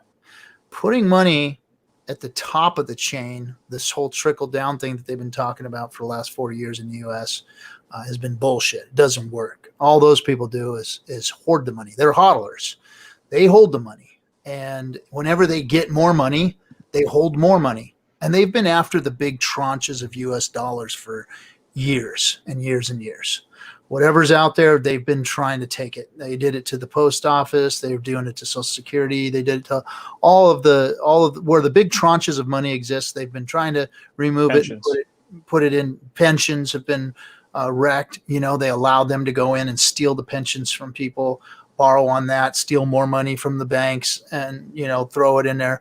So all of this financial energy, the more trillions that have been birthed into existence, are landing on the heads of the top of the heap. The stock market should be failing right now. It's not. It's actually booming. It's doing well. Why? Because this money this financial energy has been placed there. Now, how do we get that financial energy into the hands of people who are going to do something with it, like invest in Hex? How does that money get unstuck from that area and brought down into the people that need to put it into crypto and Hex and secure it and grow it and do those kinds of things? Stablecoins. That's the issue. And I know that's what they're doing now. Stablecoins are growing right now. I think that most of the market cap that we're seeing the growth, Bitcoin's staying a steady 64%, dominance, and the market cap is growing. The other coins aren't doing so well. One or two will pop here and there, but the stable coins are growing, exponentially. So Do you know how cool it is if you're imagine if you lived in Mexico or in some South American country and you know about Uniswap, and you can get your hands on some kind of cryptocurrency, trade it over to Ethereum, and then you could get USDC on Uniswap. Do you know how cool that is? That means now you have access to dollars that you never had access before. So the minute you earn some peso, dump it into dollar. You know, where like that's what's so cool. That's why they're growing so fast. Is people like the reason stablecoins are growing is because people around the world are buying stablecoins because like, oh, finally I can dump my currency and get dollar because that's what I want. And then that's kind of, it's the gateway drug, because once you use once you're on the ecosystem, like you're using MetaMask or you're using some of these wallets, then it's easier to move. That's why it's like, it's so important that we get pairs. Like, so you think some of the stablecoin money is coming from out of the U.S. and mostly around the countries? Yeah, a ton of it. Yeah, it's the most popular coin in the world. More unstable currencies are getting into stable coins. Yeah, I mean, like if you got a failing Turkish lira or something like that, you know, U.S. dollar is going to be wonderful compared to that. Yeah, but as they get used to a cryptocurrency, like it is a cryptocurrency, it's an RC20 token, USD Tether or USDC. Once you get used to that, a crypto doesn't seem so crazy anymore. It becomes like a new stock to you, essentially. I saw the whale bot the other day. Is USDT not on TRX Tron now? No, it is. Yeah, the way Tether is doing it is Tether is building Tether systems in every single platform just in case one goes down. So they're building so they're 80. I think they're 80% or 70% of the transactions on Ethereum, but they're now joining. Like they have plans to join Cardano. They have plans. They're already in Tron. They're joining on every platform. Stellar Lumens and stuff. There's something called like Stellarport, which is like a small thing that they're starting to build out some stuff in there too. Yeah. And yeah, they're basically what they're saying is like, I don't know who's going to win, but we're betting on everything, and whoever survives, that's what platform we use. That USDC coin bothers me a little bit because Coinbase actually has the option to freeze any USDC coin they want. That's scary. So what do you mean by freeze any of it in any wallet or just in the Coinbase? In any wallet, they can freeze it. Really? Yes, scary stuff. And here's the thing, DAI, that coin DAI, you know what I'm talking about? Yeah. So DAI is now partially backed by USDC. So what happens if Coinbase comes out and says they want to lock all the USDC behind DAI? I mean, what does that do to DAI? Send it to zero? I don't know. So how would that work? I mean, how would you stop me from going on Uniswap and swapping USDC out for X? Yeah. So because you have to send to a wallet. Yeah, any ERC20 token, if you issue an ERC20 token and call it RG3 token, you can enable a flag in there that allows you to lock it as the issuer. The issuer can control ERC20 tokens. Wow. Did not know that. Yeah, that's why that's why they've been building out a lot of other what's called stable coins and stuff like True. I think you talked about True USD last time. Oh. Yeah, he dropped off. True USD and Tether, like, because if I had here's the problem is like Tether is probably a little better, but the problem is USDC is like, I feel like Tether is probably got the shakiest legs because they could come after them one day. Yeah. And here's some weird thing that happened just probably like over the last month is that Coinbase and JP Morgan went like this. They finally are their bank. So I was wondering because like I have a couple bank accounts and stuff, and all my transactions with JP Morgan always went through on Coinbase. Never had a problem. I had a problem with like Wells Fargo sometimes, and what's that other bank? Whatever, Wells Fargo and some credit union. Capital One. But JP Morgan was never a problem for me. I was like, what the hell's going on? And this makes so much sense. They've probably been working on a deal for a long time now to secure a bank account. When are we going to get a DeFi onboarding process? What if Coinbase lists JPM coin? It probably. I wouldn't doubt it. I mean, USDC is pretty much JP Morgan coin now. I mean, if I had to be for real about it. I mean, that would be the ticket, but that's where the regulation issues come in is onboarding, right? Yeah. Because the way because like you know how Hex is the CD market, right, of crypto. Like it sounds like, you know how that sounds kind of crazy, but like I've been saying, like we're the CD market / bond market of crypto now, right? Well, right now what's going on is there's these platforms like BlockFi and the BlockFi, Celsius, Nexo that are basically becoming sort of like central banks of crypto. Like we're creating these same old systems except brand new ones. Like we're doing the same thing essentially, but digitizing it. So these institutions are becoming central banks, and then Hex is going to become like the bond / CD market of crypto, if that makes any sense. So what they're doing is they're enticing people to leave their Bitcoin on the exchange or on that platform. They give you money on your stable coins, and then from there they lend it out to a bunch of institutions and stuff. It's pretty crazy. I mean, like I'm seeing it happen right now. Like literally, like the fastest growing apps are literally it's Celsius and BlockFi and stuff. They're getting more users than anything else. I jumped onto Celsius and got myself set up on that. I wanted to see what it was all about. Yeah, Celsius is probably the best platform, but still there is cracks in the arm. If we ever get a big turn down, there could be tons of volatility. I mean, it could go belly up for sure. But I like Celsius the best. BlockFi is like pretty much just run by like the Winklevoss twins and a bunch of these other billionaires in the system and stuff. Like BlockFi's trash. Nexo is really trash.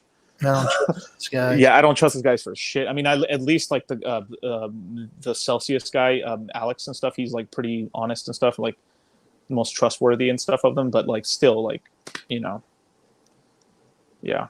But they are doing one important thing. They're getting people that aren't half of their people that are joining that app are non-crypto users. They're just people who are taking their dollar, getting Tether and staking it on their platform to get 8 to 11% in interest. And then what ends up happening is that people are getting interest to get used to crypto, and they're like, "Wow, what's this Bitcoin thing? What's this Ethereum thing?" And then that's how it starts. It's like you lure them in with one thing in that way, and that's kind of why I want all these Hex USDC, Hex Tether, Hex whatever, True USD or whatever, because that's the on ramp, because they're going to start storing up a lot of cash in stable coins, and they're going to be able to transfer that cash into crypto assets after that. If that makes any sense. Well, that's where it's got to come from. It's got to come from other cryptos. It's got to come from within. I mean, that's what's going to be.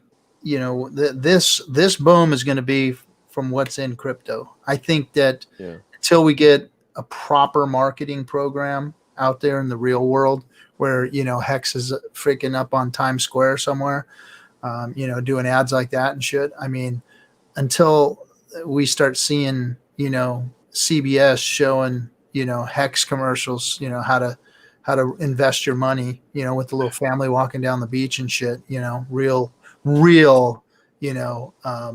advertising. And I'm serious. That's what it's going to take is like, you've got all these drug companies out there putting all this money into advertising, the first crypto that finally gets to do that. And Ripple's done it.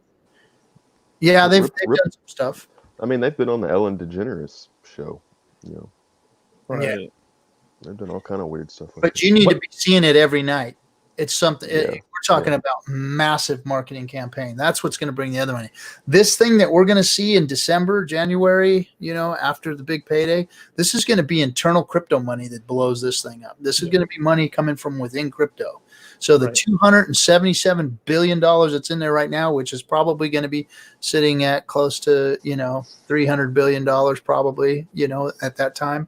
Yeah. That's the financial energy that's going to have to move Hex. So if you're doing your maths, my math would be how many billions are going to be in the market cap of crypto? How many billions can we move? How much will move? What percentage of market cap can move out of these other coins through FOMO and us, getting out there and spreading the word, a lot. Yeah. But I mean, how much of that is reality? So when we're talking Moon Boy talk and we're doing our maths, I think we need to take that into consideration. All you guys that are smart motherfuckers that are out there doing all the math, you guys need to take the market cap into consideration and how much financial energy is there actually available to make this Moon Boy shit happen, over the next, 6 months to a year. Yeah, a lot. And I think a lot of that has to do with the way Uniswap is designed. It doesn't really take that much energy to do anything with it. Right. You know, it's not like you have to pump. You don't have to, here's if you want to pump Bitcoin, you gotta pump Finex, you gotta pump Coinbase, you gotta pump Gemini, you gotta pump Binance, Kraken, Poloniex, if that even exists. All of these exchanges, you have to pump all of them simultaneously. It's unbelievable with what we're dealing with right now. You don't have to put that much money into Uniswap to pump the price hard. That's true. So how many just millions? Like, have you done models to look at, how many millions of dollars have to come into Hex to make it do, a penny, 5 pennies, 10 pennies? I haven't, but it's not a lot of money. It's like, well, I've heard Richard say it, and I've seen it happen. I mean, I've seen moonshots with just a couple $1 million or $1 million. Yeah. Something, I mean, you do an insta injection of $50 million into Hex, it would move unbelievably. And that's with 50 million. That's tiny. I think even 15 million would create, because like you said last time 4 million shot it up with that baby well, right? It was like 2 or 4 million is what made that big spike. 15 million would triple the price, I think. Oh yeah, or, dude, or more. That would take us like at 2 cents. Yeah. Damn, that's sick. And there's actually people that I've talked to in the Telegram that are part of groups that have access to that kind of money that are looking at Hex already. So I mean, there's whales out there that are swooping up Trill right now. I know there's a few of them that I've talked to personally. What's that? Pump group. Get on that pump group. The hump group. So there's money sitting there waiting to swallow up the krill. So it's gonna pump. It's gonna pump because it's too easy for the money to come in, But how much of it? Because the moonshot is going to come from like $1 billion influx, $2 billion influx. Well, the great thing is it's so easy to get in because every exchange out there supports Ethereum. So if you can buy Ethereum, you can buy Hex. I mean, it's just a hop and a skip away. Yeah. Yep. It's not like the old days. Here's the thing. Back when Bitcoin was really getting going, all you had was Jed McCaleb's scam exchange. That was it. You had Mt. Gox, and if it was sketchy. It didn't work right. It was down half the time. It would go down for 5 days at a time. You would send them money, and it would never show up. Your Bitcoins, you could never withdraw. I mean, it was a joke. Sounds like Coinbase. No, Coinbase is a dream compared to Mt. Gox. Coinbase is a dream. Wasn't it just a one hot wallet?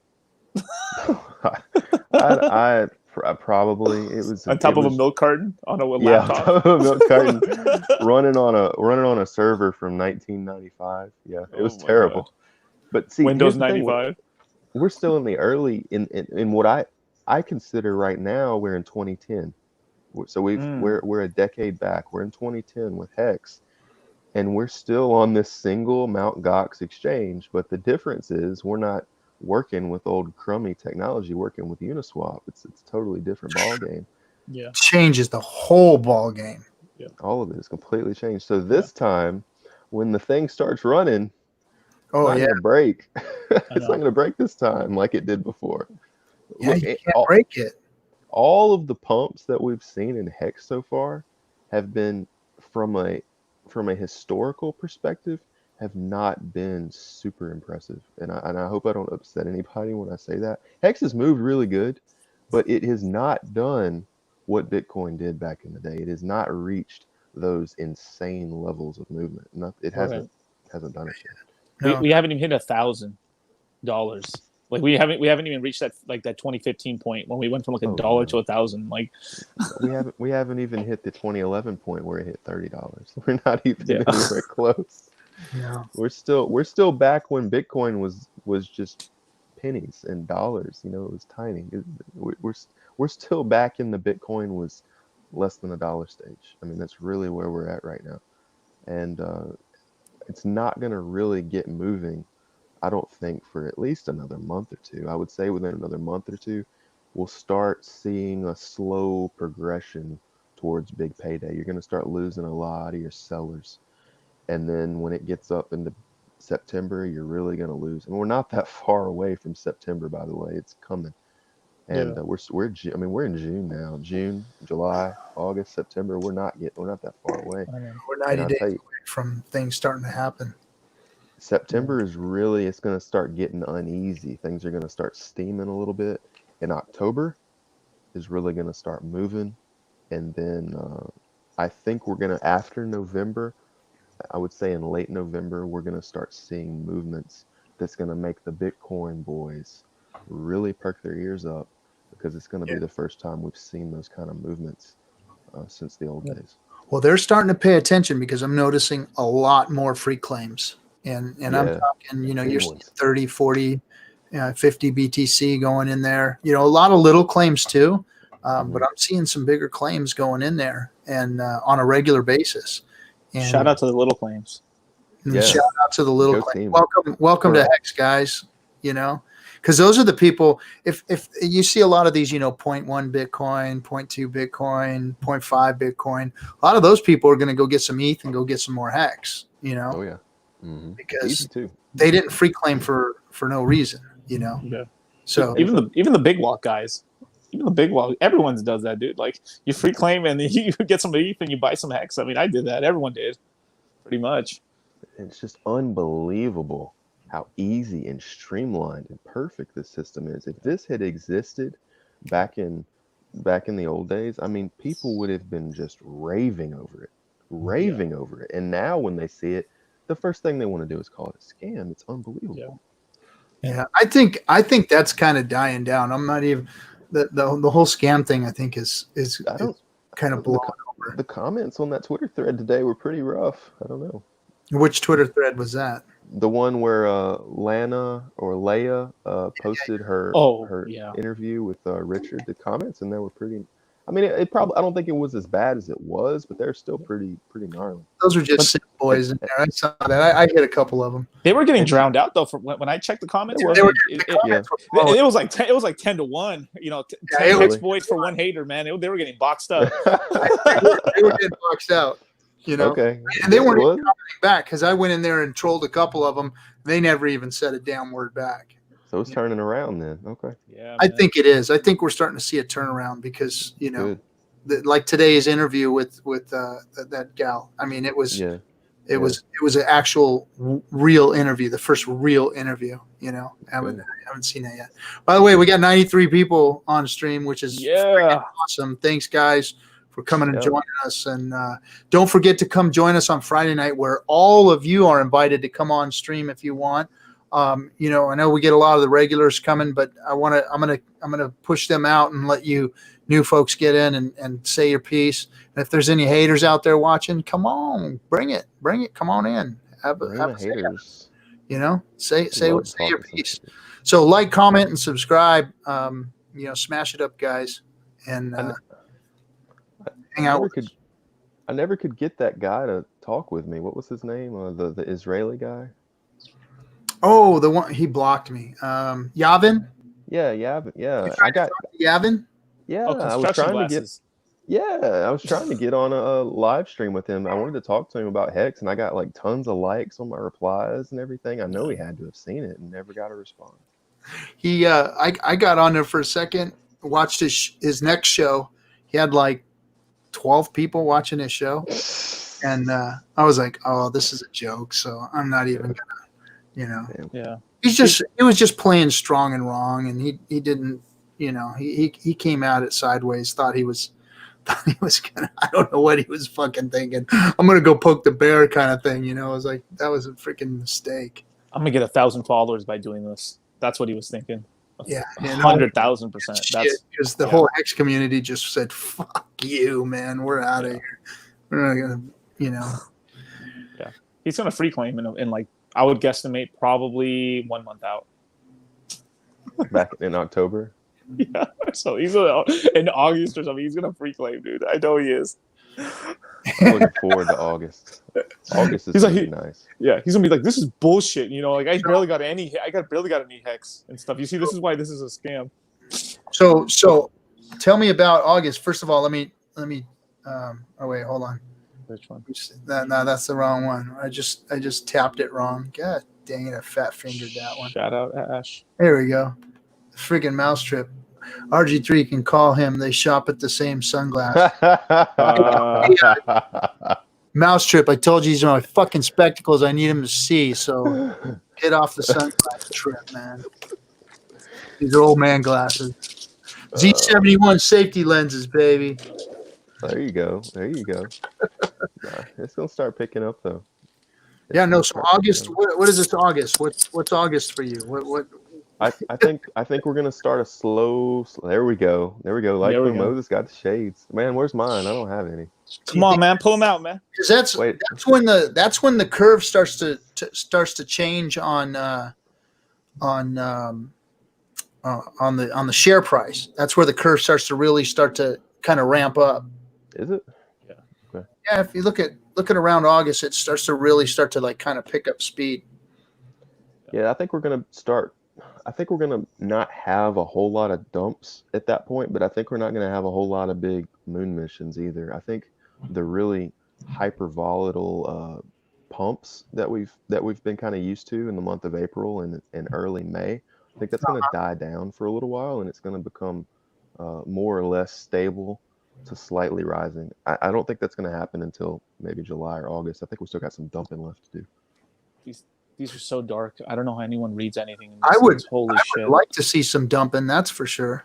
I mean, I think we're going to see a little price dump just for me, not for Hex, but for me, the selfish part of me says, yeah, give me another bargain, man. Yeah. So here's, go ahead. Oh, no. I was just going to say Bitcoin 20K, probably end of the year. Oh, well, here's the main thing that folks really, really, really got to do is they got to get their stakes in for several reasons. They got to get their stakes in before the big payday. And the reason is I think we're going to see a lot of early in stakes after the big payday, but not immediately after. Not immediately after. Yeah, it's going to be get like those bonuses for that. Yeah. But it's going to be not, and I'm not thinking this is going to happen like November 19th and November 20th. I'm thinking it's going to happen probably in December sometime, and then January and February is when there's going to be a lot of the in staking, and you want to have your stakes in so you can absorb their penalties. Right. You're so right about that. And then we might even talk about maybe restaking strategies as well, because I know what I'm doing with my stakes. Because if I still get the same amount, I don't know what I'm going to get, but I'm probably going to get 2x to 2.5x my original for my principal for my 1 year stakes, and let's say on 100,000 stake, 100,000 hex stake, I'm probably doing the 100,000 as a 10-year stake, and then the other and then play around with some maybe like a 3-year stake, and then keep some liquid. Just either keep it liquid if you're really unsure, do like a year stake, because the penalty on ending a year stake is really tiny. Really tiny penalties. I've done it before. It's just not a big deal. Yeah. Damn, RG3. How can you see? Oh, those are prescription though, huh? They're prescription, man. Got it. Yeah. They're my spectacles. They're not sunglasses. They look dark, but they're not. And when I go in the sun, they darken up. But indoors, I can see fine. They look good on you, dude. Well, yeah, because I'm ugly without them, man. It's all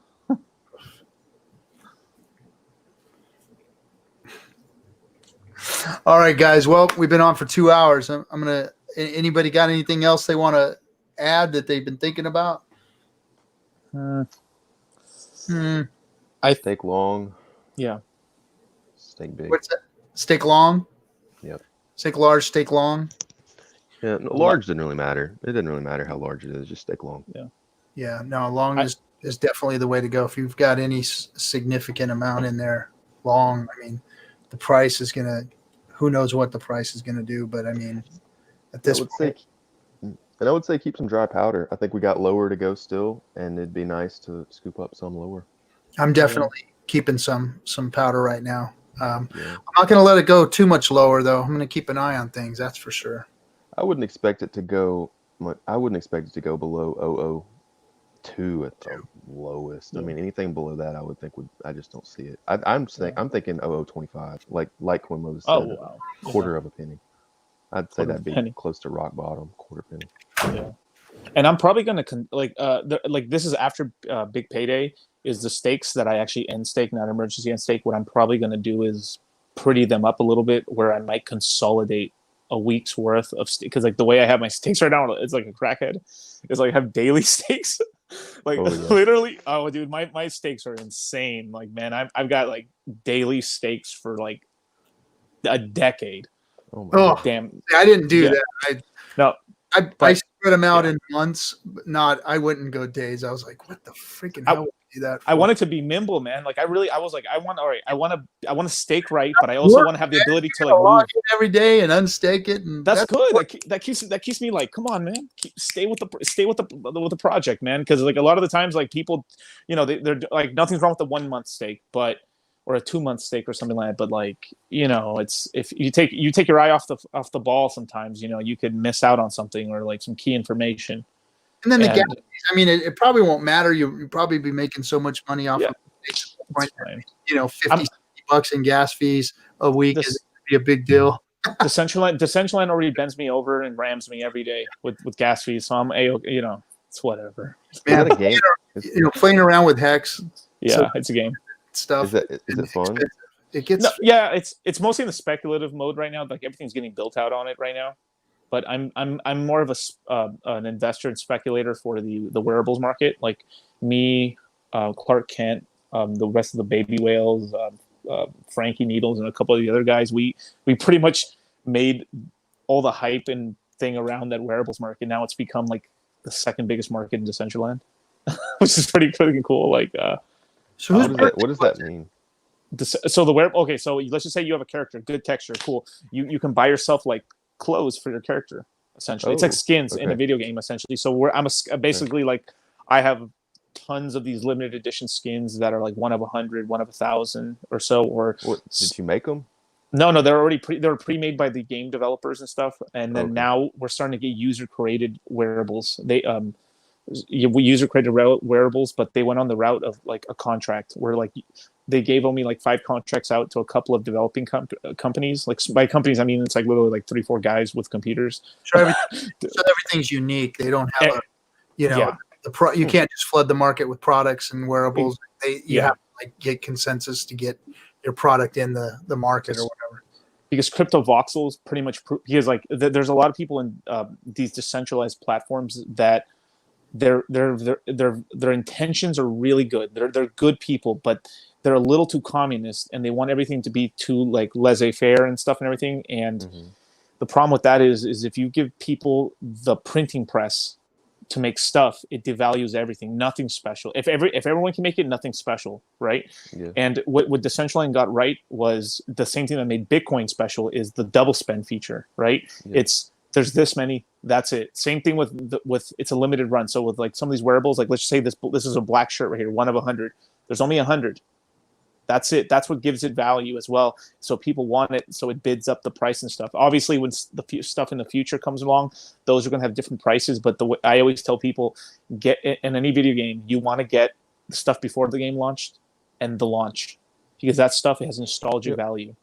The Ethereum developers are so soy. Do you think that they would ever institute some kind of communist leanings towards massive Ethereum printing or something like that?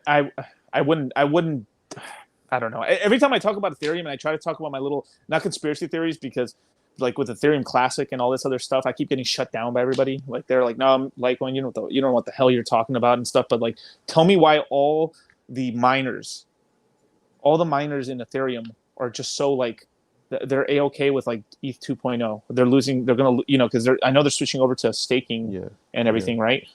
Yeah. But what are they going to do with all that extra hardware they have left over now? Throw it in Ethereum too. Classic. Right? Yeah, exactly. And then like I get crap for that. Like what's also going to happen is some projects are just not going to want to move over to the because Ethereum 2.0 is actually going to be a completely different platform. It means you have to change your code up and everything and upgrade your system. We're probably going to get airdropped like a new Hex network or something. Yeah. So I mean, So I know I'm pretty sure there's a lot of projects in a lot of these games that might just say, you know what, I'll just transfer over to Ethereum Classic because it's Ethereum. Because Ethereum Classic is actually the original Ethereum. Yeah. Like literally, yeah. A lot of people don't know that. And this is one of the cases where the fork actually won. Pretty much. Classic, exactly. Yeah. It's really interesting. I just have this kind of idea, like, you know how when you go to get gas at the store, the people that work at the gas station are not really making that much money. Like, they're making pennies per transaction probably. I feel like that's a potential future of Ethereum, where Ethereum just becomes like the utility network. It becomes like the power company, where they're like just really not super valuable, and they're not really making that much money, but the stuff that they power and control is extremely powerful. So I could see about that too. He's got a video where he talks about that. Like a situation where Ethereum is just not that expensive, like say the entire market cap of Ethereum is $20 billion or something like that, but it powers networks that are worth hundreds of billions of dollars. Is that kind of what he talked about? Well, he was talking about, like, you know, like for instance, like Amazon, you know, how they're, you know, they've taken things like USPS and FedEx and all these big companies, and they've grown bigger than them, you know? Yeah. Exactly. Like Ethereum is the post office. Exactly. So we drive on that platform, but that platform isn't where the value is. The value is the vehicle that's driving on that platform. Exactly. And I agree with you. I think that Ethereum has it has a ceiling where it's going to get to a point and it's going to have value, but it's only going to have value because of all of the, you know, underlying that are being utilized by it. And what may make that worse is not now, right? Like, I think this problem we're talking about, where Ethereum is going to become sort of like a dump pipe, right, is not now on this cycle. Maybe next cycle, what could end up happening is that they might like the $10,000 per hex, per Ethereum price, or 5,000 per Ethereum price, and they might just keep, because they can adjust the inflation rate, right?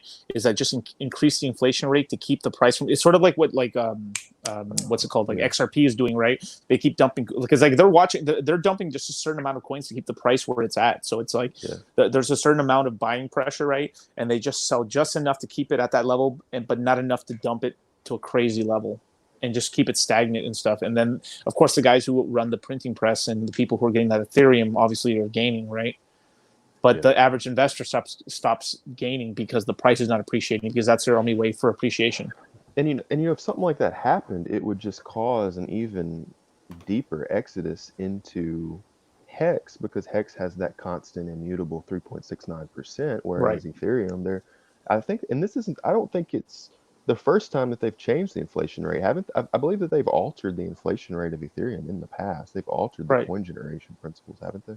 Yeah, they've cut it down to like I think like it was 5 Ethereum, and then they cut it per block or something, and they cut it down to like 1.5 or something, or like. So they're just arbitrarily just doing what they want with it. It sounds like. Yes, yeah, but in a lot of decentralized systems, a lot of decentralized systems seemed like they're actually decentralized, but they put measures and things in place, DAOs or things like this, like, so they give you an illusion of democracy, but they still have the keys controlling it in the background, right? Or like, let's just say, like, this is a complete decentralized platform where everyone can vote.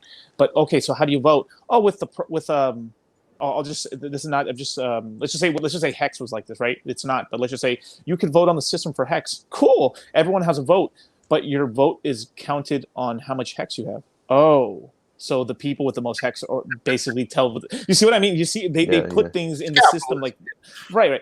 It isn't like one person, one vote. It's not that. They put things in there like where they still have control, or like they're like, okay, the project's out of our control, but we control the foundation here, and we kind of push things around. You know, there's still ways to control the system, even though it's decentralized. They never truly let go of anything. You know, and that's why like even like the DAI kind of failed, right? And so there was nothing backing it, so they had to tether it to, no pun intended, to USDC. Yeah. And I hope that thing doesn't crash. I hope they don't lock it up. All right, guys, we'll only call it quits for the evening. I appreciate. Thanks for having me on. Thanks for coming on, Good Texture. It's always good to have you, bro. Hell yeah, man! It's always good to talk to you, man. You too, RG3, man. All right, good seeing you, Litecoin Moses. Hey, for sure, man. You guys have a good one. We'll catch you guys all on Friday for the FN Hangout. Podcast coming out tonight.